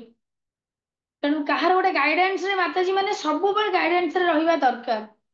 କାରଣ ମାତାଜୀ ମାନେ ବିନା ଗାଇଡାନ୍ସ ରେ ରହିଲେ ସେ ଆଉ କଣ ହବ? ଗାଇଡାନ୍ସ ରହିଲେ ନିହାତି ଗାଇଡାନ୍ସ ଦରକାର ସବୁବେଳେ। ଆମ ମାନେ ଦେଖୁନାହାନ୍ତି ସଂସାରରେ କେମିତି ଗାଇଡାନ୍ସ ଅଛେ, ପ୍ରଥମେ ପିତା ମାତାଙ୍କ ଗାଇଡାନ୍ସ ରହିଲେ, ତାପରେ ସ୍ୱାମୀର ଗାଇଡାନ୍ସ, ତାପରେ ଆମେ, ତାପରେ ସ୍ୱାମୀ ପରେ ପୁଅର ଗାଇଡାନ୍ସ, वन बाय वन समस्ते हमको प्रोटेक्शन देवा वन बाय वन अच्छा माताजी मैंने सब गाइडेंस रहा दरकार आम आचार्य गुरु बा कहीकि तेणु प्रभुपा मानि नहीं गले आमर भक्ति सिद्धांत सरस्वती ठाकुर तो पुरी जन्म ग्रहण करते पिता भक्ति विनोद ठाकुर थे सी पुरी जज भी थे देखु सी जगन्नाथ प्रशासन रे बहुत भी भक्ति विनोद ठाकुर जगन्नाथ कर चैतन्य महाप्रभु आसी पुरी रे भी थिले गुरु महाराज भक्ति विनोद ठाकुर पुत्र थे भक्ति सिद्धांत सरस्वती ठाकुर भक्ति विनोद पूर्व श्री श्री चैतन्य महाप्रभु शिक्षा श्री चैतन्य महाप्रभु अनुगामी बोली छलना करुवा अर्थात बहु बाटरे शिक्षा विच्युत होता तथाकथित गुरु मान द्वारा यथानुरूप भाव आसुन से मझीरे मन इच्छा बिना गुरु परंपरा आसी जाऊे से जिनसा से महाप्रभुंर दिव्य विशुद्ध शिक्षा को मन इच्छा गोलमालिया कर प्रचार करुले माने ठीक परंपरा न रही प्रचार भी गोलमालिया हम से होता वैष्णव धर्मर उच्च मान नष्ट हो एक मिश्रित अवस्था पहुंची से वैष्णव मान जहाँ नीति धर्म था तो मिक्सचर हो जाता गोलमालिया हो श्रील भक्ति विनोद ठाकुर निज सफल लेखनी चालना करी तथा जड़े उच्च सरकारी कर्मचारी भाव में निज सामाजिक प्रतिष्ठा साहाय्य वैष्णव धर्मर पुनः प्रतिष्ठा कले भक्ति विनोद ठाकुर जो लिखले सब गोलमालिया सी कौन कले ना निजे प्रचार भार निज कांध को ही नेले से प्रचार कले जे श्री चैतन्य महाप्रभुंर शिक्षा आस्तिकवादर सर्वोच्च दर्शन एवं यह कौन निर्दिष्ट जाति बा धर्म मध्य सीमित न होई एही पृथ्वीर समग्र मानव जाति उद्दिष्ट कहले जे ना आमर धर्म जो प्रचार हम कौन जाति बा धर्म उद्दिष्ट नुहे यहाँ समस्त जाति धर्म वर्ण निर्विशेष समस्त यहाँ प्रचार हम श्रील भक्ति सिद्धांत सरस्वती श्री चैतन्य महाप्रभु शिक्षार सिद्धांत गुड़िक शिक्षा देउथिले से कौन कले प्रथमे पुत्र को कौन कले शिक्षा देले कि भक्ति विनोद ठाकुर प्रचार करने आशा से लेखनी रे लेखिले निज पुत्र को कौन कले प्रथमे शिक्षा दे चलले यथा भगवान श्रीकृष्ण ही परम पुरुष भगवान तापर कौन कहले ना समस्त आध्यात्मिक क्रिया अपेक्षा पवित्र नाम स्मरण करिबार अधिक गुरुत्व दिया जिबा उचित से जने सरकारी कर्मचारी थिले कि पुत्र को शिक्षा देले कौन ना सबु कार्य अपेक्षा भगवान को नाम स्मरण करबा होची सबुठारु परम धर्म आमर आमे किंतु कौन करछे सब भौतिक संसार कार्यटा को आगे करूचे ता पछे जेंगी भगवान का नाम को नौचे तेणु सका आम सब चिंता करिया गुरु महाराज आमको एभली सुजोग देते आगे भगवान को नाम नबा तापर संसार कार्य स्टार्ट करिया एटा ही प्रथम धर्म एटा मु कहनी भक्ति विनोद ठाकुर आमर आचार्य देखो सी कहीकि अपेक्षा पवित्र नाम स्मरण कर अधिक गुरुत्व दिया उचित पूर्व काल में भगवत प्राप्ति निमित्त अन्य सब प्रथा प्रचलित थिला किंतु कली जुगरे केवल हरे कृष्ण महामंत्र जप फलप्रद अटे केवल कली जुगरे किंतु नाम श्रेष्ठ आम हरे कृष्ण महामंत्र आम समस्ते करुचे यही महामंत्र हमको उत्पात हमको रक्षा कर हरे कृष्ण महामंत्र जप यदि आम कर सबू पाप नष्ट हो मैंने क्वेश्चन आसो आम तो जप करछे कोठी हम पाप सब नष्ट हो सब तो आमर दुख कष्ट आसूची पुणी पाप को गोटे नष्ट है कि हूँ कहीं होनी आम निश्चिंत आग जन्म आमर बहुत किसी रही जाइए आमको एवं भोगाभोग करा पड़ू आम एवं जो करुचे यहीटा आमर रहा संचित होगी आम बैंक डिपोजिट कर रखुचे आम के भगवान को भल पाचे के नाम जप करुचे ये आमर डिपोजिट रोचे बृहत नारदीय पुराण और उपनिषद प्रभृति वैदिक शास्त्र मान निर्देशन अनुसार भक्ति विनोद ठाकुर एवं श्रील भक्ति सिद्धांत सरस्वती ठाकुर हरे कृष्ण कृष्ण कृष्ण हरे हरे हरे राम राम राम हरे हरे हरे कृष्ण तेणु हरे कृष्ण महामंत्र को आमको सब ना पड़ो प्रत्येक मुहूर्त यही महामंत्र आवश्यकता उपर स्वतंत्र गुरुत्व आरोप करते भक्ति विनोद ठाकुर कौन कले भक्ति सरस्वती ठाकुर को कहले तमें हरे कृष्ण महामंत्र सब नि बोली अभय उपरुक्त वैदिक शास्त्र मान अध्ययन करते से महामंत्र महिमा जानिथिले और भगवत गीतार सिद्धांत जानिथिले। वर्तमान जेतेबेले व्याकुल भाव से आचार्य मानकर लेखा सब अध्ययन कले श्री चैतन्य महाप्रभुଙ୍କର मनोविश्व संबंध रे तांकर नूतन अनुभूति जात होला। वर्तमान निजर वैष्णव परंपरा गभीरता से आविष्कार कले जहा पर से दुख यातना भोग करने को जन्म होइतिबा कलिहत हतभाग्य जीवनकर सर्वोच्च मंगल साधन करि परिबे। व्यवसाय उद्देश्य अभय स्त्री और परिवार सह अलाहाबाद को गले। तापर प्रभुपाद कौन गले भक्ति सिद्धांत सरस्वती ठाकुर सहित जितेबले आसीगला तांकर भल पाइबा एवं गुरुंकर आदेश मानिया जितेबले से चिंता कले सेतेबले से कौन गले ना अलाहाबाद पळेले परिवार को लेकिन अलाहाबाद गले। सेठारे 1932 मसीह श्रील भक्ति सिद्धांत सरस्वती ठाकुर दीक्षा ग्रहण करी से तांकर दीक्षित शिष्य हेले। भारत रे तांकर परवर्ती 30 वर्षर जीवन कहानी है से गुरु महाराज निर्देश अनुसार सारा पृथ्वी रे कृष्ण चेतना प्रचार को हृदय प्रसन्न करी एकमात्र आशा भाव वृद्धि कराई थिले। तापरे सेबेठारु से कौन गले माने पळेले अलाहाबाद परिवार को लेकिन सेठी धीरे धीरे प्रचार प्रसार केमती करिवे दीक्षा नेले एवं तापर प्रचार प्रसार केमती करिवे सेही मने मने बसिकी चिंता कले एवं तार जो प्लान करि चलले प्रभुपाद केमती कोन करिवे बोली। अभयଙ୍କ पारिवारिक जंजाल एवं प्रचार कार्य भितर किसी द्वंद्व रहूतिला। जेमती मु कहले आमे परिवार अच्छे द्वंद्व निश्चित होची हम प्रचार करिया पई। मैं तो संसार रे खाली घांटी होई जे एमिति जे जेते चेष्टा कले भी हम एतु बाहरी पारुनी जे करे तथापि तारि भितर भगवान को प्रार्थना करिके हमें उभय को नहीं कि जीवा को पड़िबो हमको संसार जेते अच्छे संसारिक लोक हिसाब रे हमको तांको पे भी घर परिवार पे भी करिया पड़िबो तार सहित भगवान पे भी करिया पड़ो। हमें तो पूरा परिवार को भी छाड़ी परिवार छाड़ले भी केमती माताजी मान पे हम परिवार सहित तारि सहित भगवान को कार्य करिबा और सेइथिरे हमें भगवत को चिंतन करिबा। अभयଙ୍କ पारिवारिक जंजाल और प्रचार करते द्वंद्व रहिला घरे तांकर धर्म पत्नी धर्मप्राण थिले किंतु कृष्ण चेतना प्रचार करने बाट को से भल पाउ नथिले। से भल पाउथिले भगवान किंतु ये प्रचार प्रसार को माताजी माने सपोर्ट करू नथिले। एपरिक अभय जेतेबेले भगवत गीता पाठ करिया पे निज घरे जन समागम कराउथिले से ऊपर महला को चली जाई चा पान करुथिले। माताजी चाहा बहुत पिउथिले। एमती भी थरे प्रभुपाद लेखा बुक्स को जो आचार्य गुरु मैंने कहती से बिकी देकरी चाहा किनी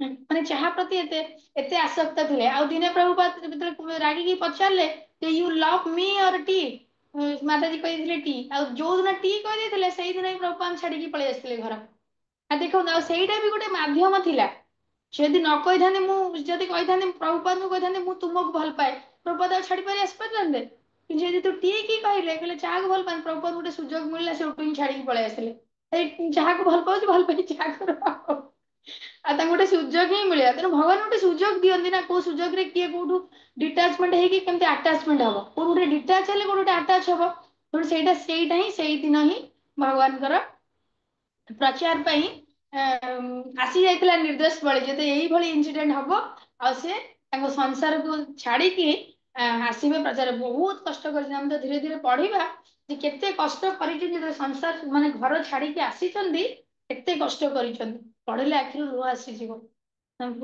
देखिए केते कष्ट कर 70 वर्ष बयस आसी केते कष्ट कर आज किए कुआडे बुलू था कौन किए खाई कौ अबाटर था किंतु केवल आज यदि आम भक्ति लाइन बसे केवल प्रभुपाद ही आशीर्वाद आशीर्वाद ही आम आज चैंटिंग करुचे कि आज बसीचे आज क्लास करुचे तेणु जीवन न जानले आम मैंने केमती आम तो भरी केवे ना 100 जन्म भी हो पारानी सत कथा प्रभुपाद ही प्रभुपाद से आसी संसार को द्वितीय कि आसीपर संसार कहीं माने लगुनि भगवान माने एभली भक्त को संसार को पठेइथिले एते कम समय भितर से एते सुंदर सब कर केवल आमे तांको सब कर आमे खाली सब रेडी कर आमे खाली पात्र रेडी करते सब कर आमे खाली माने रोसई करिकी प्रसाद पाइबा सब रेडी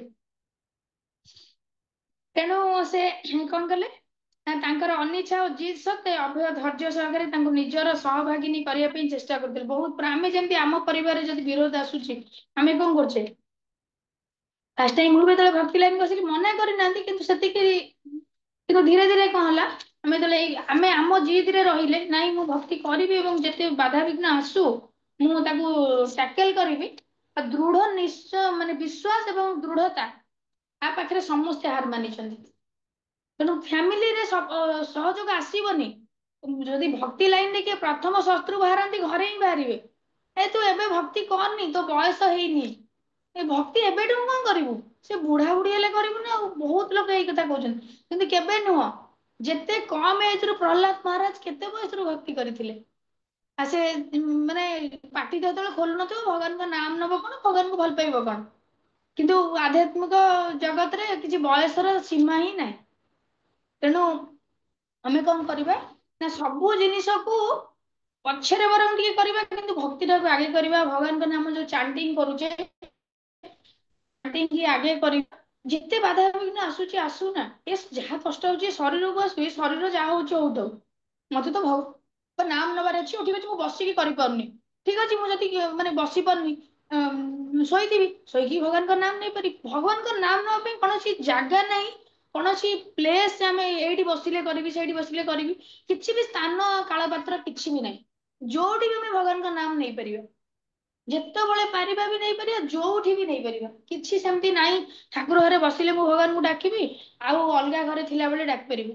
ସେ ଟୋଟାଲ ରଙ୍ଗ ଜିନିଷ। ବହୁତ ଲୋକ କହନ୍ତି ଏ ତୁ ଗାଧେଇନୁ, ଯେମିତି ମହାପ୍ରଭୁଙ୍କୁ ବି କହିଥିଲେ ଏଇ କଣ ମାନେ ଶୌଚ ଘରୁ ଆସୁଛି ଭଗବାନଙ୍କ ନାମ ଟା ନଉଛି।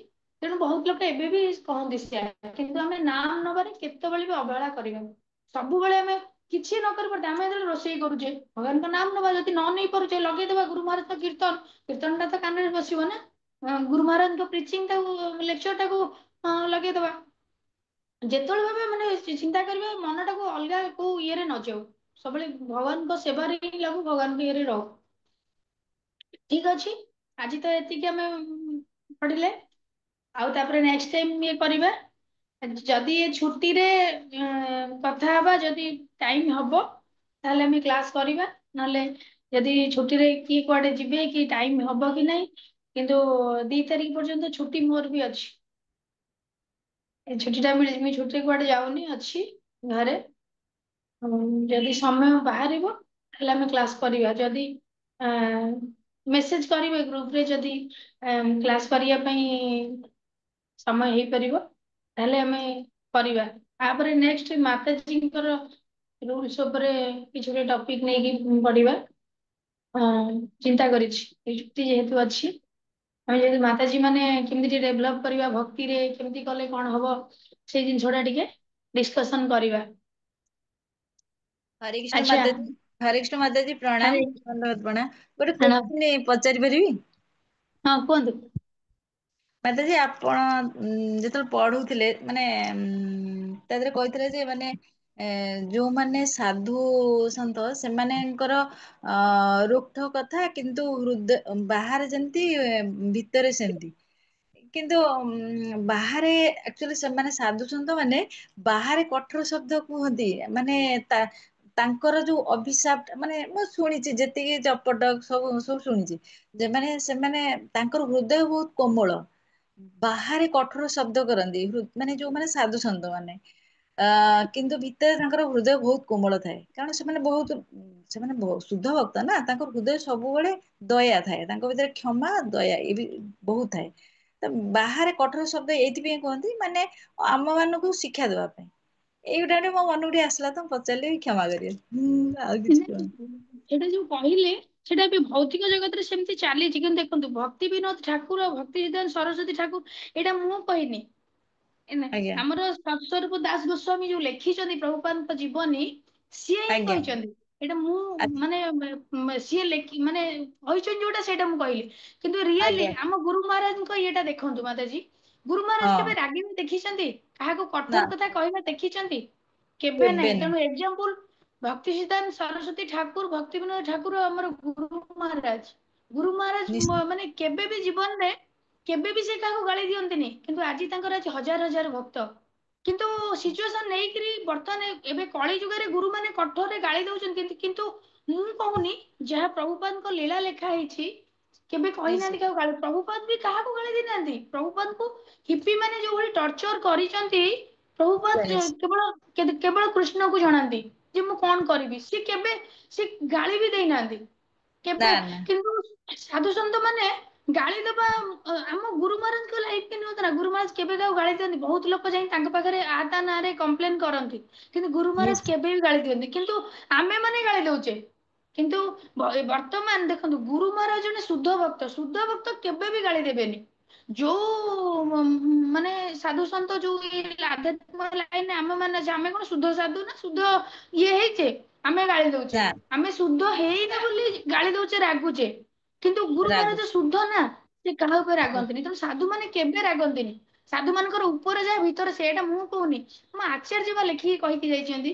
କିନ୍ତୁ ଏବେ ଯୋଉ ସାଧୁ ମାନେ ବାହାରେ ଯୋଉ ଗାଳି ଦଉଛନ୍ତି, ସେଟା ଭୌତିକ ଜଗତର ବା ସାଧୁ। ଭୌତିକ ଆଚ୍ଛା ଜଗତରେ ଆଚ୍ଛା ଦେଖେଇବାକୁ ପଡୁଛି, କିଛି ଗାଳି ଦେବାକୁ ପଡୁଛି। କିନ୍ତୁ ରିଏଲ ହଁ ହଁ ଯୋଉ ମାନେ ଶୁଦ୍ଧ ସାଧୁ, ସେମାନେ କେବେ ବି ଗାଳି ଦେବେନି। ଏକ୍ଜାମ୍ପଲ ଗୁରୁ ମହାରାଜ, ଆଉ ଆଜ୍ଞା କଣ ବୁଝେଇବି? ଆଜ୍ଞା ଆଉ ଆଜ୍ଞା ଯୋଉଟା ସେ ଲେଖିକି ଯାଇଛନ୍ତି, ଏଇଟା 100% ସତ। କିନ୍ତୁ ଏ କଳିର ପ୍ରଭାବରେ ଏଇଭଳି ସବୁ ହେଇଛି। କେବଳ କଳିର ଆଜ୍ଞା ପ୍ରଭାବରେ ଆଜିକାଲି ଦେଖନ୍ତୁ, ଆଜିକାଲି ସାଧୁ ସନ୍ଥ ମାନେ କହିବା କଥା ନୁହଁ, କଣ କଣ କରୁଛନ୍ତି ସବୁ। କିନ୍ତୁ ଶୁଦ୍ଧ ସାଧୁ ବହୁତ କେବେ ବି କରିବେନି। ଏସବୁ ନା ଅପପ୍ରଚାର ଯୋଉ ହଉଛି ବର୍ତ୍ତମାନ, ଏଇଟା କଳିର ପ୍ରଭାବରେ ହିଁ ହଉଛି। କିନ୍ତୁ ରିଏଲ ନିଶ୍ଚୟ ଯୋଉମାନେ ସାଧୁ, ଯୋଉମାନେ କୃଷ୍ଣଙ୍କର ସେବକ, ଯୋଉମାନେ ରିଏଲ କୃଷ୍ଣଙ୍କୁ ଭଲ ପାଆନ୍ତି, ସେମାନେ କେବେ ବି କାହାର ଅମଙ୍ଗଳ ଚିନ୍ତା କରିପାରିବେନି। ହରିଦାସ ଠାକୁରଙ୍କୁ କେମିତି ବାଡେଇଥିଲେ, ସେ କେବେ ନିଶ୍ଚୟ ତାଙ୍କୁ ଗାଳି ଦେଇଥିଲେ ନା କିଛି କହିଥିଲେ? କିଛି କହିନଥିଲେ। ତେଣୁ ଶୁଦ୍ଧ ସାଧୁ ସେଇମାନେ, ଯୋଉମାନଙ୍କୁ ଯେତେ ଆଘାତ କଲେ ବି ସେମାନେ କିଛି ରିପ୍ଲାଏ ଦିଅନ୍ତିନି, କେବେ ବି ଦିଅନ୍ତିନି। ସିଏ ହଉଛି ଶୁଦ୍ଧ ସାଧୁ, ଭଗବାନଙ୍କର ସେ ପ୍ରତିନିଧି ନା। ତେଣୁ ଏ କଳିର ପ୍ରଭାବରେ ସାଧୁ ମାନେ ଯିଏ ଗାଳି ଦଉଛନ୍ତି, କି ହାର୍ଡ କଥା କହୁଛନ୍ତି, ସେମାନେ କଳିର ହଁ ପ୍ରଭାବରେ। କଳିର କିନ୍ତୁ ପ୍ରଭାବ କିନ୍ତୁ ସେମାନେ ଶୁଦ୍ଧ ସାଧୁ ହେଇପାରି ନାହାନ୍ତି ଆଜି ନା ପର୍ଯ୍ୟନ୍ତ। ଯିଏ ଦେଖିବେ କଠୋରରେ ଗାଳି ଦଉଛନ୍ତି, କି କଠୋରରେ କିଛି ଇଏ କରୁଛନ୍ତି, ସେ ଶୁଦ୍ଧ ସାଧୁ ହେଇପାରୁନାହାନ୍ତି ଆଜି ଯାକେ। ମାନେ ପ୍ରୟାସରେ ଅଛନ୍ତି, ହେଇପାରୁନାହାନ୍ତି। ଆମେ ମାନେ କଣ ହେଇପାର ହେଇପାରୁଛେ? ହେଇପାରି ନାହାନ୍ତି। ଶୁଦ୍ଧ ସାଧୁ କେବେ ଗାଳି ଦେବେନି। ଗୋଟେ ଏକ୍ଜାମ୍ପଲ ଆମ ଗୁରୁ ମହାରାଜ। ଗୁରୁ ମହାରାଜ, ହରି ବୋଲ। ନିଶ୍ଚୟ ନିଶ୍ଚୟ ସମସ୍ତଙ୍କୁ ହରି ବହୁତ ବହୁତ ଧନ୍ୟବାଦ। ମାତାଜୀଙ୍କୁ ବହୁତ ଧନ୍ୟବାଦ, ବହୁତ ବଢିଆ କୋଶ୍ଚିନ୍ କଲେ। ତାଙ୍କ ମନରେ ଯୋଉ ଇଏ ଥିଲା, ଆକ୍ଚୁଆଲି ରାଇଟ୍ କୋଶ୍ଚିନ୍ ସେ କରିଛନ୍ତି, ଯେ ଏବେ ନିଶ୍ଚୟ କଳିର ପ୍ରଭାବରେ ଏମିତି ହଉଛି।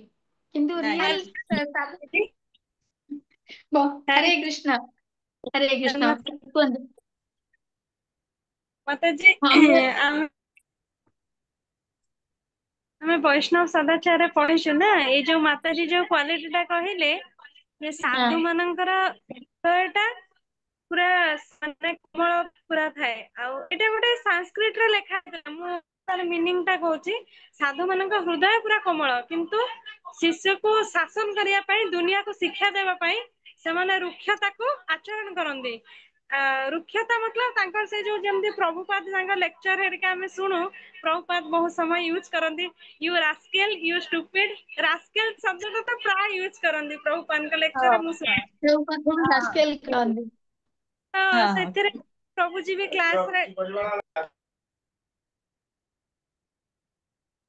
ପ୍ରଭୁଜୀ ବି ଆମର କ୍ଲାସ ରେ ସେଇଟା ଗୋଟେ କୁହନ୍ତି ଯେ ସ୍ନେହର ମାନେ, ସେ ଆଜ୍ଞା ଯୋଉ ଷ୍ଟୁପିଡ ରାସ୍କେଲ କହନ୍ତି, ସେଇଟା ଗୋଟେ ମାନେ ସ୍ନେହର ୱାର୍ଡ ଟା ଭଳିଆ ଫିଲ୍ ହୁଏ। ଏମିତି କଣ ଗାଳି ଦେଲା ଭଳିଆ ଫିଲ୍ ହୁଏ? ହୁଏନି। ନା ସେ ମତେ ମାନେ ହଁ ହଁ ହଁ ନିଶ୍ଚୟ।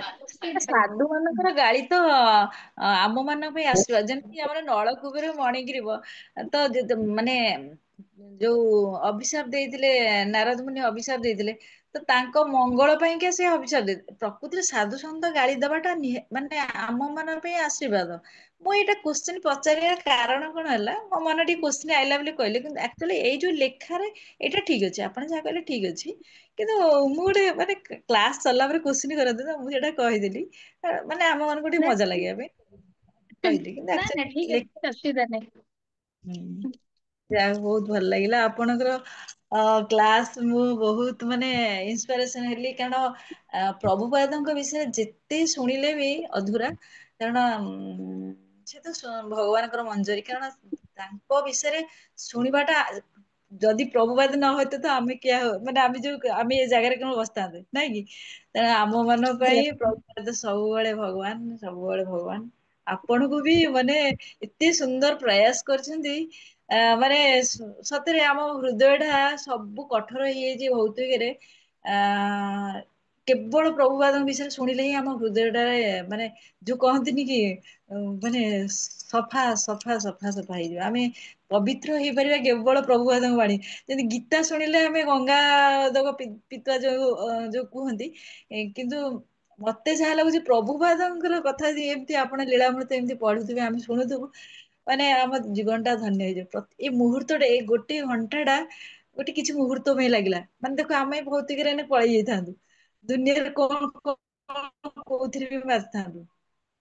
ଅବଶ୍ୟ ମୁଁ ଲେକ୍ଚର ଫେକ୍ଚର ବହୁତ ଶୁଣୁଛି, କିନ୍ତୁ ଆଜି ଯୋଉ ଫେସ ଟୁ ଫେସ ଯୋଉ କ୍ଲାସ ଟା କଲି, ମତେ ଗୋଟେ ଆଉ ଗୋଟେ ୟୁନିକ୍ ଲାଗୁଛି ଆଜି। ଗୋଟେ ମାନେ ସତ୍ୟରେ ମାତାଜୀ ଆପଣଙ୍କୁ ପୁରା କୋଟି କୋଟି ପ୍ରଣାମ। ଆପଣ ଏମିତି ସୁନ୍ଦର ପ୍ରୟାସ କରନ୍ତୁ, ଆଉ ଭକ୍ତିରେ ସମସ୍ତଙ୍କୁ ଏମିତି ଇନ୍ସପାରେସନ ଦିଅନ୍ତୁ। ଇଭେନ ମୋ ଭଳି ଜଣେ ବଦ୍ଧ ପାଇଁ ମୁଁ ତ ଆପଣଙ୍କ ସହିତ ବହୁତ କ୍ଲୋଜ ଥିଲି, କିନ୍ତୁ ମୁଁ ଆପଣଙ୍କ ସହିତ କଥା ହବା ପାଇଁ, ଆପଣଙ୍କ ସହିତ ଏମିତି ଯୋଉ ବାର୍ତ୍ତାଳାପ ପାଇଁ ସୁଯୋଗ ପାଇନଥିଲି, ଆଜି ପାଇଛି। ଆଉ ଏଇଟା ମୋର ଅହଭାଗ୍ୟ। ଆଉ ଆଉ ଆପଣଙ୍କ କଥା ମୋର ଗୋଟେ ମାନିବି ଆଜି, କାହିଁକି ନା ଆପଣ ଯୋଉ କହିଲେନି, ମୁଁ ଗୁରୁ ମହାରାଜଙ୍କର ସବୁବେଳେ ଜପଟାକରେ ଭିଡିଓ ଅଫ୍ କରି ବସେ, କିନ୍ତୁ ମୁଁ ପ୍ରୟାସ କରିବି 100% ପ୍ରୟାସ କରିବି ଭିଡିଓ ଅନ୍ କରି ବସିବା ପାଇଁ। ମୁଁ ସବୁବେଳେ ବସେ କିନ୍ତୁ ଭିଡିଓ ଅଫ୍ କରିଦେଇଥାଏ, କାରଣ ମୋର ଟିକେ ସେବା ଥାଏ, ଯେହେତୁ ଗୃହସ୍ଥ ଆମେ, ସବୁ ପ୍ରେସର ମାନେ ସେବା ଥାଏ। ମୁଁ ଚାଣ୍ଟିଂ କଲା ବେଳେ ଟିକେ ଅଗଲ ବଗଲ ଟିକେ ହେଇଯାଏ ବେଳେ ବେଳେ, ଅନ୍ୟମାନଙ୍କୁ ଦେଖିଦିଏ। ତ ଏବେ କିନ୍ତୁ ପ୍ରୟାସ କରିବି। ଆପଣ ଏଇଟା ମୋ ପାଇଁ ଗୋଟେ ବହୁତ ବଡ ସଜେସନ ଆପଣ ଦେଲେ। ଆଉ ଗୁରୁ ମହାରାଜ ହଉଛନ୍ତି ସ୍ଵୟଂ ଭଗବାନ, କାରଣ ଗୁରୁ ମହାରାଜଙ୍କୁ ଦେଖିଦେଲେ ମନ ଭିତରେ ଗୋଟେ କଣ ଭାବନା ଆସେ, ଯେମିତି ପ୍ରଭୁପାଦ ସେମିତି ଗୁରୁ ମହାରାଜ। ଗୁରୁ ମହାରାଜ କାରଣ ପ୍ରଭୁପାଦଙ୍କୁ ଆମେ ଦେଖିନୁ ନା, ଗୁରୁ ମହାରାଜଙ୍କୁ ସାକ୍ଷାତ ଦେଖୁଛୁ, ତାଙ୍କର ଟକିଂ, ତାଙ୍କର ଯୋଉ ସୁନ୍ଦର ଲାଳିତ୍ୟପୂର୍ଣ୍ଣ ଯୋଉ ଭଙ୍ଗୀ, ଏତେ ସୁନ୍ଦର ଲାଗୁଛି ସତରେ। ଗୁରୁ ମହାରାଜ ପୁରା ଛୋଟ ପିଲା ଭଳିଆ ଲାଗନ୍ତି ବେଳେ ବେଳେ। ବହୁତ ସୁନ୍ଦର, ବହୁତ ସୁନ୍ଦର। ମୁଁ ମାନିବି ଏଇଟା, ପ୍ରୟାସ କରିବି ଏବେ, ଚେଷ୍ଟା କରିବି ଭିଡିଓ ଅନ୍ କରିକିରି ମାନେ ଜପ କରିବା ପାଇଁ। କାରଣ ଏଇ ଜପଟା ହିଁ ଆମ ଯଦି ମାନେ କ୍ଲିଅର ଜପଟା, ମାନେ ଯଦି ଆମର ଶୁଦ୍ଧ ଭକ୍ତଙ୍କ ସହିତ ଯୋଉ ଜପଟା କଲେ, ତାଙ୍କର ଯୋଉ କୃପାଟା ଆମ ଧିରେ ପଡିବ, ତ ଆମେ ଅନେକ ଜନ୍ମରେ ଯୋଉ ମାନେ ଭଟକି ଯାଇଛେ, ଆମର ଯୋଉ ନାମ କଲା ବେଳେ ମନ ଆଡେ ସାଡେ ପଳେଇ ଯାଉଛି, କିନ୍ତୁ ଗୁରୁ ମହାରାଜଙ୍କ ସହିତ ଗୋଟେ ମାଳା କଲେ କିନ୍ତୁ ଗୋଟେ ଲାଗୁଛି, ଗୋଟେ ଅଲଗା ଟାଇପର ଫିଲିଙ୍ଗ, ଏଟା ମୁଁ ଅନୁଭବ କରିଛି ବହୁତ ଥର। ଆପଣଙ୍କୁ ବି ସବୁବେଳେ ଦେଖେ, ଆପଣ ସବୁବେଳେ ଭିଡିଓ ଅନ୍ କରି ବସିଥାନ୍ତି। ବହୁତ ସୁନ୍ଦର ଲାଗେ, ବହୁତ ଭଲ ଲାଗେ। ଆପଣଙ୍କଠୁ ଆଜି ବହୁତ କିଛି ଶିକ୍ଷା ମଧ୍ୟ ମିଳିଲା। ଏମିତି କରନ୍ତୁ କ୍ଲାସ, ଏମିତି ବହୁତ ଶିକ୍ଷା ଦିଅନ୍ତୁ ସମସ୍ତଙ୍କ ପାଇଁ। ହରି ବୋଲ। ମାତାଜୀ ବହୁତ ବହୁତ ଧନ୍ୟବାଦ। ମୁଁ କିଛି ନୁହେଁ, ମୋ ପାଇଁ ମାତାଜୀ ପ୍ରେୟାର କରନ୍ତୁ, ଯେ ଗୁରୁ ନିଶ୍ଚୟ ମହାରାଜଙ୍କ ପ୍ରଚାର ପ୍ରସାର କେମିତି ହେଇପାରୁ, ଆମେ ସମସ୍ତେ ମିଶି ଗୁରୁ ମହାରାଜଙ୍କ ପ୍ରଚାର ପ୍ରସାର କରିବା। ମୁଁ କିଛି ନୁହେଁ, ଆଜ୍ଞା। ମତେ କିଛି ବି ମତେ ଜଣା ନାହିଁ, ଜଷ୍ଟ ଛୋଟ ଗୋଟେ ପ୍ରୟାସ, ଚେଷ୍ଟା, ଏଇଟା ଗୁରୁ ମହାରାଜଙ୍କର ଆଶୀର୍ବାଦ। ମତେ ମୋ ପାଇଁ ସେତିକି ପ୍ରେୟାର କରନ୍ତୁ, କେମିତି ଆଗକୁ ଆମେ ସମସ୍ତେ ମିଶିକି ବଢିବା, ଗୁରୁ ମହାରାଜ ପ୍ରଚାର ପ୍ରସାର କରିବା, ଏବଂ ନିଜର ଭକ୍ତି ଜୀବନକୁ ଆଗକୁ ବଢେଇ ନବା। ଏବଂ ଏଇ ଯୋଉ କଳିହତ ମଣିଷ ମାନେ ଭଟକୁଛନ୍ତି, ସେମାନଙ୍କୁ କେମିତି ଆମେ କିଛି ତ କାହାକୁ ତ କହିକି ଭଗବାନଙ୍କ କଥା ଉଦ୍ଧାର କରିପାରିବା, ସେଇଟା ନିଶ୍ଚୟ। ଆମର ପ୍ରୟାସ ରହିବା ଦରକାର। ସମସ୍ତେ ଏକତା ହିଁ ବଳ, ଜଣେ ତ ଚାହିଁଲେ ହେଇପାରିବନି, ଆମେ ନା ସମସ୍ତେ ନା ମିଶିକି ପ୍ରୟାସ କରିବା। ଆଉ ତେଣୁ ବହୁତ ବହୁତ ଧନ୍ୟବାଦ ସମସ୍ତ ମାତାଜୀଙ୍କୁ, ଯେ ଏତେ ସୁନ୍ଦର ସେ ଜଏନ କଲେ। ଆଉ ମାତାଜୀଙ୍କୁ ତ ସ୍ପେଶାଲ ବହୁତ ଧନ୍ୟବାଦ। ମାନେ ଏତେ ବହୁତ ବଢିଆ ସଜେସନ ଦେଲେ, ବହୁତ ବଢିଆ ସେ ଇଏ କଲେ। ଯେତିକି ମାତାଜୀ ମତେ ପ୍ରଶଂସା କରୁଛି, ମୁଁ ସେତିକି ପାଇବାର ଯୋଗ୍ୟ ନୁହେଁ। ଆପଣ କିନ୍ତୁ ମତେ ଫିଲ୍ ହଉଛି ଅଧିକା କହିଦଉଛନ୍ତି। ମୁଁ କିଛି ବି ନାଇଁ ନୁହଁ, ବହୁତ ନିମିତ ମାତ୍ର।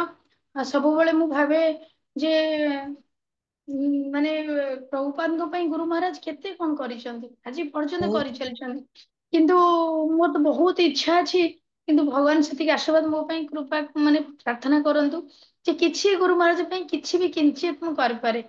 ଏବଂ ଏ ନିଶ୍ଚୟ। ବଦ୍ଧ ଜୀବ ମାନଙ୍କ ପାଇଁ, ସଂସାର ପାଇଁ, ସମାଜ ପାଇଁ କିଛି ବି କରିପାରେ। ସମସ୍ତେ ପ୍ରେୟାର କରନ୍ତୁ। ଏବଂ ସମସ୍ତଙ୍କ ପାଇଁ ମୁଁ ମଧ୍ୟ ପ୍ରେୟାର କରୁଛି, ସମସ୍ତେ ଭକ୍ତି ଜୀବନରେ ଆଗକୁ ବଢନ୍ତୁ, ସମସ୍ତେ ଭଲରେ ରୁହନ୍ତୁ।